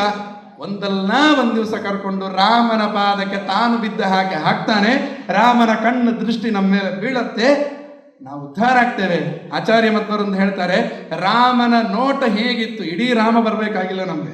ಇವತ್ತು ನೋಡ್ತೇವೆ ಆ ಪ್ರತಿಮೆ, ರಾಮನ ನೋಟ ಒಂದು ಸಾಕು ನಮಗೆ. ಹೇಗಿರ್ತದೆ ರಾಮನ ನೋಟ ಚಿಂತನೆ ಕಣ್ಣು ಮುಚ್ಕೊಂಡು ಮಾಡುವ. ನಾವು ಕೃಷ್ಣನಲ್ಲಿ ನೋಡ್ತೇವೆ, ರಾಮನಲ್ಲಿ ನೋಡ್ತೇವೆ, ಕಣ್ಣು ಮುಚ್ಕೊಂಡು ಚಿಂತನೆ ಮಾಡುವ. ಏನು ಅಂತ ಚಿಂತನೆ ಮಾಡಬೇಕು ಅಂತೆ? ರಾಮಚಂದ್ರನ ಇಡೀ ಆ ಕಥೆಯೆಲ್ಲ ಮುಗಿದ ನಂತರ, ರಾವಣಾದಿಗಳ ಸಂಹಾರ ಆದ ನಂತರ ರಾಮಚಂದ್ರ ಹನುಮನ ಹತ್ರ ಕೇಳಿದಂತೆ, ಹನುಮ ಕತೆ ಮುಗಿತಾ, ಹೋಗುವನ? ನಮ್ದು ಗೆದ್ದಾಯ್ತು, ರಾವಣ ಸತ್ತ, ಇನ್ನೇನಾಗಬೇಕು, ಸೀತೆ ಸಿಕ್ಕಳು, ಹೋಗುವನ? ಹನುಮ ಕೇಳಿದ. ರಾಮನಿಗೆ ಗೊತ್ತಿತ್ತು, ಬೇಕು ಅಂತಲೇ ಅವನ ಬಾಯಲ್ಲಿ ಹೇಳಿಸ್ಬೇಕು ಅಂತ ಸುಮ್ಮನೆ ಕೇಳಿದ ಅಂತ. ಹನುಮ ಹೇಳಿದ ಅಂತೆ, ರಾಮ ಆಲೋಚನೆ ಮಾಡು, ಇಷ್ಟೇಯಾ, ಇನ್ನು ಏನಾದರೂ ಒಂದು ಕೆಲಸ ಉಳಿದಿದೆಯಾ? ಅದಕ್ಕೆ ನೀನೇ ಹೇಳು ಮಾರಾಯ ಅಂತ ಹೇಳಿದ ಅಂತ. ಅದಕ್ಕೆ ಹನುಮ ಹೇಳ್ತಾನೆ, ರಾಮ ಒಮ್ಮೆ ಕಣ್ಣು ತೆಗೆದು ನೋಡೋ ಮಾರಾಯ, ಒಮ್ಮೆ ಕಣ್ಣು ತೆಗೆದು ನೋಡೋ ಮಾರಾಯ. ಕೊನೆದು ಏನು ನೋಡಿದ? ಎಲ್ಲ ಕಪಿಗಳು ಸತ್ತು ಬಿದ್ದಿದ್ದಾರೆ, ಅರ್ಧ ಕಪಿಗಳು ಸತ್ತು ಬಿದ್ದಿದ್ದಾರೆ. ಇಷ್ಟು ಕಪಿಗಳು ನಿನ್ನನ್ನೇ ನಂಬಿಕೊಂಡು ಬಂದಿರುವ, ನಿನ್ನ ಪಾದವನ್ನೇ ನಂಬಿಕೊಂಡು ಬಂದಿರುವ ಕಪಿಗಳು ಸತ್ತು ಬಿದ್ದಿದ್ದಾರೆ. ಅವರನ್ನು ಇಲ್ಲೇ ಬಿಟ್ಟು ಹೋದರೆ ನಾಳೆ ಯಾರಾದರೂ ನಿನ್ನ ಪಾದ ಹಿಡಿತಾರ? ಆಲೋಚನೆ ಮಾಡು ಮಾರಾಯ. ಹೌದಲ್ವಾ? ಮತ್ತೇನು ಮಾಡ್ಬೇಕು ಹೇಳು? ಅವ್ರನ್ನ ಬದುಕಿಸು ಅಂತ ಹನುಮ. ಆಯಿತು ಅಂತಂದ ರಾಮ. ಹನುಮ ಏನು ಹೇಳಿದ್ರು ಎಲ್ಲ ಸ್ಯಾಂಕ್ಷನೆ. ಅದಕ್ಕೆ ಹೇಳಿದ್ದು, ಅವನ ರೆಕಮೆಂಡ್ ತೊಗೊಂಡು ಹೋದರೆ ಗ್ಯಾರಂಟಿ ರಾಮ ನೋಡ್ತಾನೆ ಅಂತ. ಹನುಮ ಕೇಳಿದ ತಕ್ಷಣ ರಾಮಚಂದ್ರ ಅಂದ ಅಂತೆ, ಸರಿ ಅಂತ ಹೇಳಿದ. ಏನು ಮಾಡಿದ ರಾಮಚಂದ್ರ? ಏನು ಹಾಗೆ ಇದು ಮಂತ್ರಗಳು ಹಾಕಲಿಲ್ಲ ರಾಮಚಂದ್ರ. ಮತ್ತೇನು ಮಾಡಿದ? ತನ್ನ ಕಣ್ಣು ಮುಚ್ಚಿಕೊಂಡ ಅಂತ. ಆಚಾರ್ಯರು ಭಾರಿ ಮನ ಕರಗುವ ರೀತಿಯಲ್ಲಿ ವರ್ಣನೆ ಮಾಡ್ತಾರೆ. ರಾಮ ನೋಟ ಎಷ್ಟು ಕಾರುಣ್ಯ ಭರಿತ ಅಂತ. ಕಣ್ಣು ಮುಚ್ಚಿದ ಅಂತೆ, ಕಣ್ಣು ಮುಚ್ಚಿ ನಿಧಾನ ಕಣ್ಣು ತೆಗೆದ ಅಂತ. ಒಮ್ಮೆ ಇಮ್ಯಾಜಿನ್ ಮಾಡ್ಕೊಳ್ಳಿ. ರಾಮ ಕಣ್ಣು ಮುಚ್ಚಿದ, ನಿಧಾನ ಕಾರುಣ್ಯಭರಿತವಾದ ಪ್ರೀತಿಯಿಂದ, ಸಾನುರಾಗಾವಲೋಕನಂ ಅಂತ ಹೇಳ್ತಾರೆ, ಪ್ರೀತಿ ಉಕ್ಕಿ ಬಂದರೆ ಯಾವ ರೀತಿ ನಾವು ನಮ್ಮ ಮಕ್ಕಳನ್ನು ನೋಡ್ತೇವೆ ಆ ರೀತಿ ಪ್ರೀತಿಯಿಂದ ನಿಧಾನ ಕಣ್ಣು ತಗೊಂಡು ಸತ್ತ ಬಿದ್ದ ಎಲ್ಲ ಕಪಿಗಳನ್ನು ಒಮ್ಮೆ ಕಣ್ಣು ಹಾಯಿಸಿ ನೋಡಿದ. ಎಲ್ಲಿ ಅವನ ಕಣ್ಣು ಬೀಳ್ತಾ ಇದೆ ಅಲ್ಲೆಲ್ಲ ಕಪಿಗಳು ಎದ್ದು ಕೂತಾ ಬಂದರು. ರಾಮನ ನೋಟಕ್ಕೆ ಈ ತಾಕತ್ತು, ಸತ್ತವರನ್ನು ಬದುಕಿಸುವ ತಾಕತ್ತು ಇದೆ. ಅಲ್ಲಿಂದಲೇ ಬಂತು. ರಾಮನ ಪಾದಕ್ಕೆ ಎರಗಿದರೆ ಅವನು ಸುಮ್ಮನೆ ಮಧ್ಯದಾರಿಯಲ್ಲೇ ಸತ್ತು ಬಿದ್ರು ಬಿಟ್ಟು ಹೋಗೋದಿಲ್ಲ, ಕರ್ಕೊಂಡೇ ಹೋಗ್ತಾನೆ. ಸತ್ತಿದ್ರು ಪರವಾಗಿಲ್ಲ, ಬದುಕಿಸಿ ಕರ್ಕೊಂಡು ಹೋಗ್ತಾನೆ. ಹನುಮನ ಮಾತಿಗೆ ಇಷ್ಟು ಮಹತ್ವ ಕೊಟ್ಟ ರಾಮಚಂದ್ರ, ಆ ಕಪಿಗಳನ್ನೆಲ್ಲ ಬದುಕಿಸಿ ನಿನ್ನ ಅಯೋಧ್ಯ ಪಟ್ಟಣಕ್ಕೆ ಕರ್ಕೊಂಡೋದಿ ರಾಮ. ಇಲ್ಲೊಂದು ಕಪಿ ಬಿದ್ದಿದೆ, ಈ ಸಂಸಾರ ಸಾಗರದಲ್ಲಿ ಬಿದ್ಕೊಂಡು ಒದ್ದಾಡ್ತಾ ಇದೆ, ಒಮ್ಮೆ ಕಣ್ಣು ಹಾಯಿಸೋ ಮಾರಾಯ ಈ ಕಡೆ, ಒಮ್ಮೆ ನಿನ್ನ ಪೂರ್ಣ ಕಣ್ಣು ಬೇಡ, ಕಡೆಗಣ್ಣ ನೋಟದಿಂದ ಒಮ್ಮೆ ಸೈಡ್ ಕಣ್ಣಿಂದ ಒಮ್ಮೆ ನೋಡು ಸಾಕು, ನಾನು ಉದ್ಧಾರ ಆಗಿಬಿಡ್ತೇನೆ, ನಿನ್ನ ಪಾದ ಹತ್ರ ಬಂದು ಬೀಳ್ತೇನೆ ನಾನು ಅಂತ ಹನುಮಂತ ಪ್ರಾರ್ಥನೆ ಮಾಡ್ತಾನೆ. ನಮ್ಮ ಪ್ರಾರ್ಥನೆಯೂ ಅದೇ ಇರಲಿ ಯಾವಾಗಲೂ. ರಾಮನ ಚಿಂತನೆ, ಹನುಮನ ಚಿಂತನೆ ಯಾವಾಗಲೂ ನಮ್ಮ ತಲೆಯಲ್ಲಿರಲಿ. ಆಂತರಿಕವಾಗಿ ಬಾಹ್ಯವಾಗಿ ಯಾವ ಸಮಸ್ಯೆಗಳು ಬಂದರೂ ಕೂಡ ಎಲ್ಲವನ್ನು ಆಟೋಮೆಟಿಕ್ ಆಗಿ ಪಾರುಗಾಣಿಸ್ತಾ ಹೋಗ್ತಾನೆ ಅಂತ ಗೊತ್ತೇ ಆಗೋದಿಲ್ಲ. ನಮ್ಗೆ ಇಷ್ಟು ಸುಲಭ ಅಂತ ಗೊತ್ತೇ ಇರಲಿಲ್ಲ, ರಾಮ ಮಂದಿರ ಇಷ್ಟು ಸುಲಭದಲ್ಲಿ ಆಗುತ್ತೆ ಅಂತ. ಈ ರೀತಿ ನಮ್ಮ ವ್ಯವಸ್ಥೆ ಮಾಡಿಕೊಡ್ತಾನೆ ಹನುಮ ರಾಮ. ಆದ್ದರಿಂದ ಈ ಕ್ರಮದಲ್ಲಿ ಈ ದಿವಸ ವಿಶೇಷವಾಗಿ ಆ ಸಿಂಹಾಸನದ ಮೇಲೆ ಕೂತಿರುವ ರಾಮಚಂದ್ರ, ಪರಿವಾರ ಸಹಿತನಾಗಿ ಕೂತಿರುವ ರಾಮಚಂದ್ರನ ಚಿಂತನೆಯನ್ನು ಮಾಡೋಣ ಅಂತ ಹೇಳ್ತಾ, ಈ 12 ದಿನಗಳ ಕಾಲ ಏನೆಲ್ಲ ರಾಮರ ಆರಾಧನೆ ಮಾಡಿದ್ದೀವಿ, ಆ ರಾಮರ ಆರಾಧನೆ ಇವತ್ತು ಜ್ಞಾನಯಜ್ಞದ ಮೂಲಕ, ಕೃಷ್ಣಗೆ ರಾಮನಿಗೆ ಭಾರಿ ಇಷ್ಟ ಅಂತ ಜ್ಞಾನಯಜ್ಞ ಏನು ಮಾಡ್ತೀವಿ ಅದನ್ನು ತಿಳ್ಕೊಂಡು ಮಾಡಿ ಅಂತ ಹೇಳ್ತಾರೆ. ಅದರಿಂದ ಹನುಮ ಅಂದ್ರೆ ಏನು ವ್ಯಕ್ತಿತ್ವ, ರಾಮ ಅಂದ್ರೆ ಏನು ವ್ಯಕ್ತಿತ್ವ, ಇನ್ನೂ ತುಂಬ ಇಡೀ ರಾಮಾಯಣ ತುಂಬ ಇದೆ, 24,000 ಶ್ಲೋಕ ಇದೆ. ಸ್ವಲ್ಪ ಆದರೂ ತಿಳ್ಕೊಂಡು ರಾಮನನ್ನು ಹನುಮನನ್ನು ಮನಸ್ಸೊಳಗೆ ಕೂತ್ಕೊಳ್ಳಿರಿಸಿ ಚಿಂತನೆ ಮಾಡಿಕೊಂಡು ಬರೋಣ. ಆ ನಿಟ್ಟಿನಲ್ಲಿ ಪವಿತ್ರನಾಗುವಂತೆ ಮಾಡ್ತಾನೆ ರಾಮಚಂದ್ರ ಹನುಮಂತ.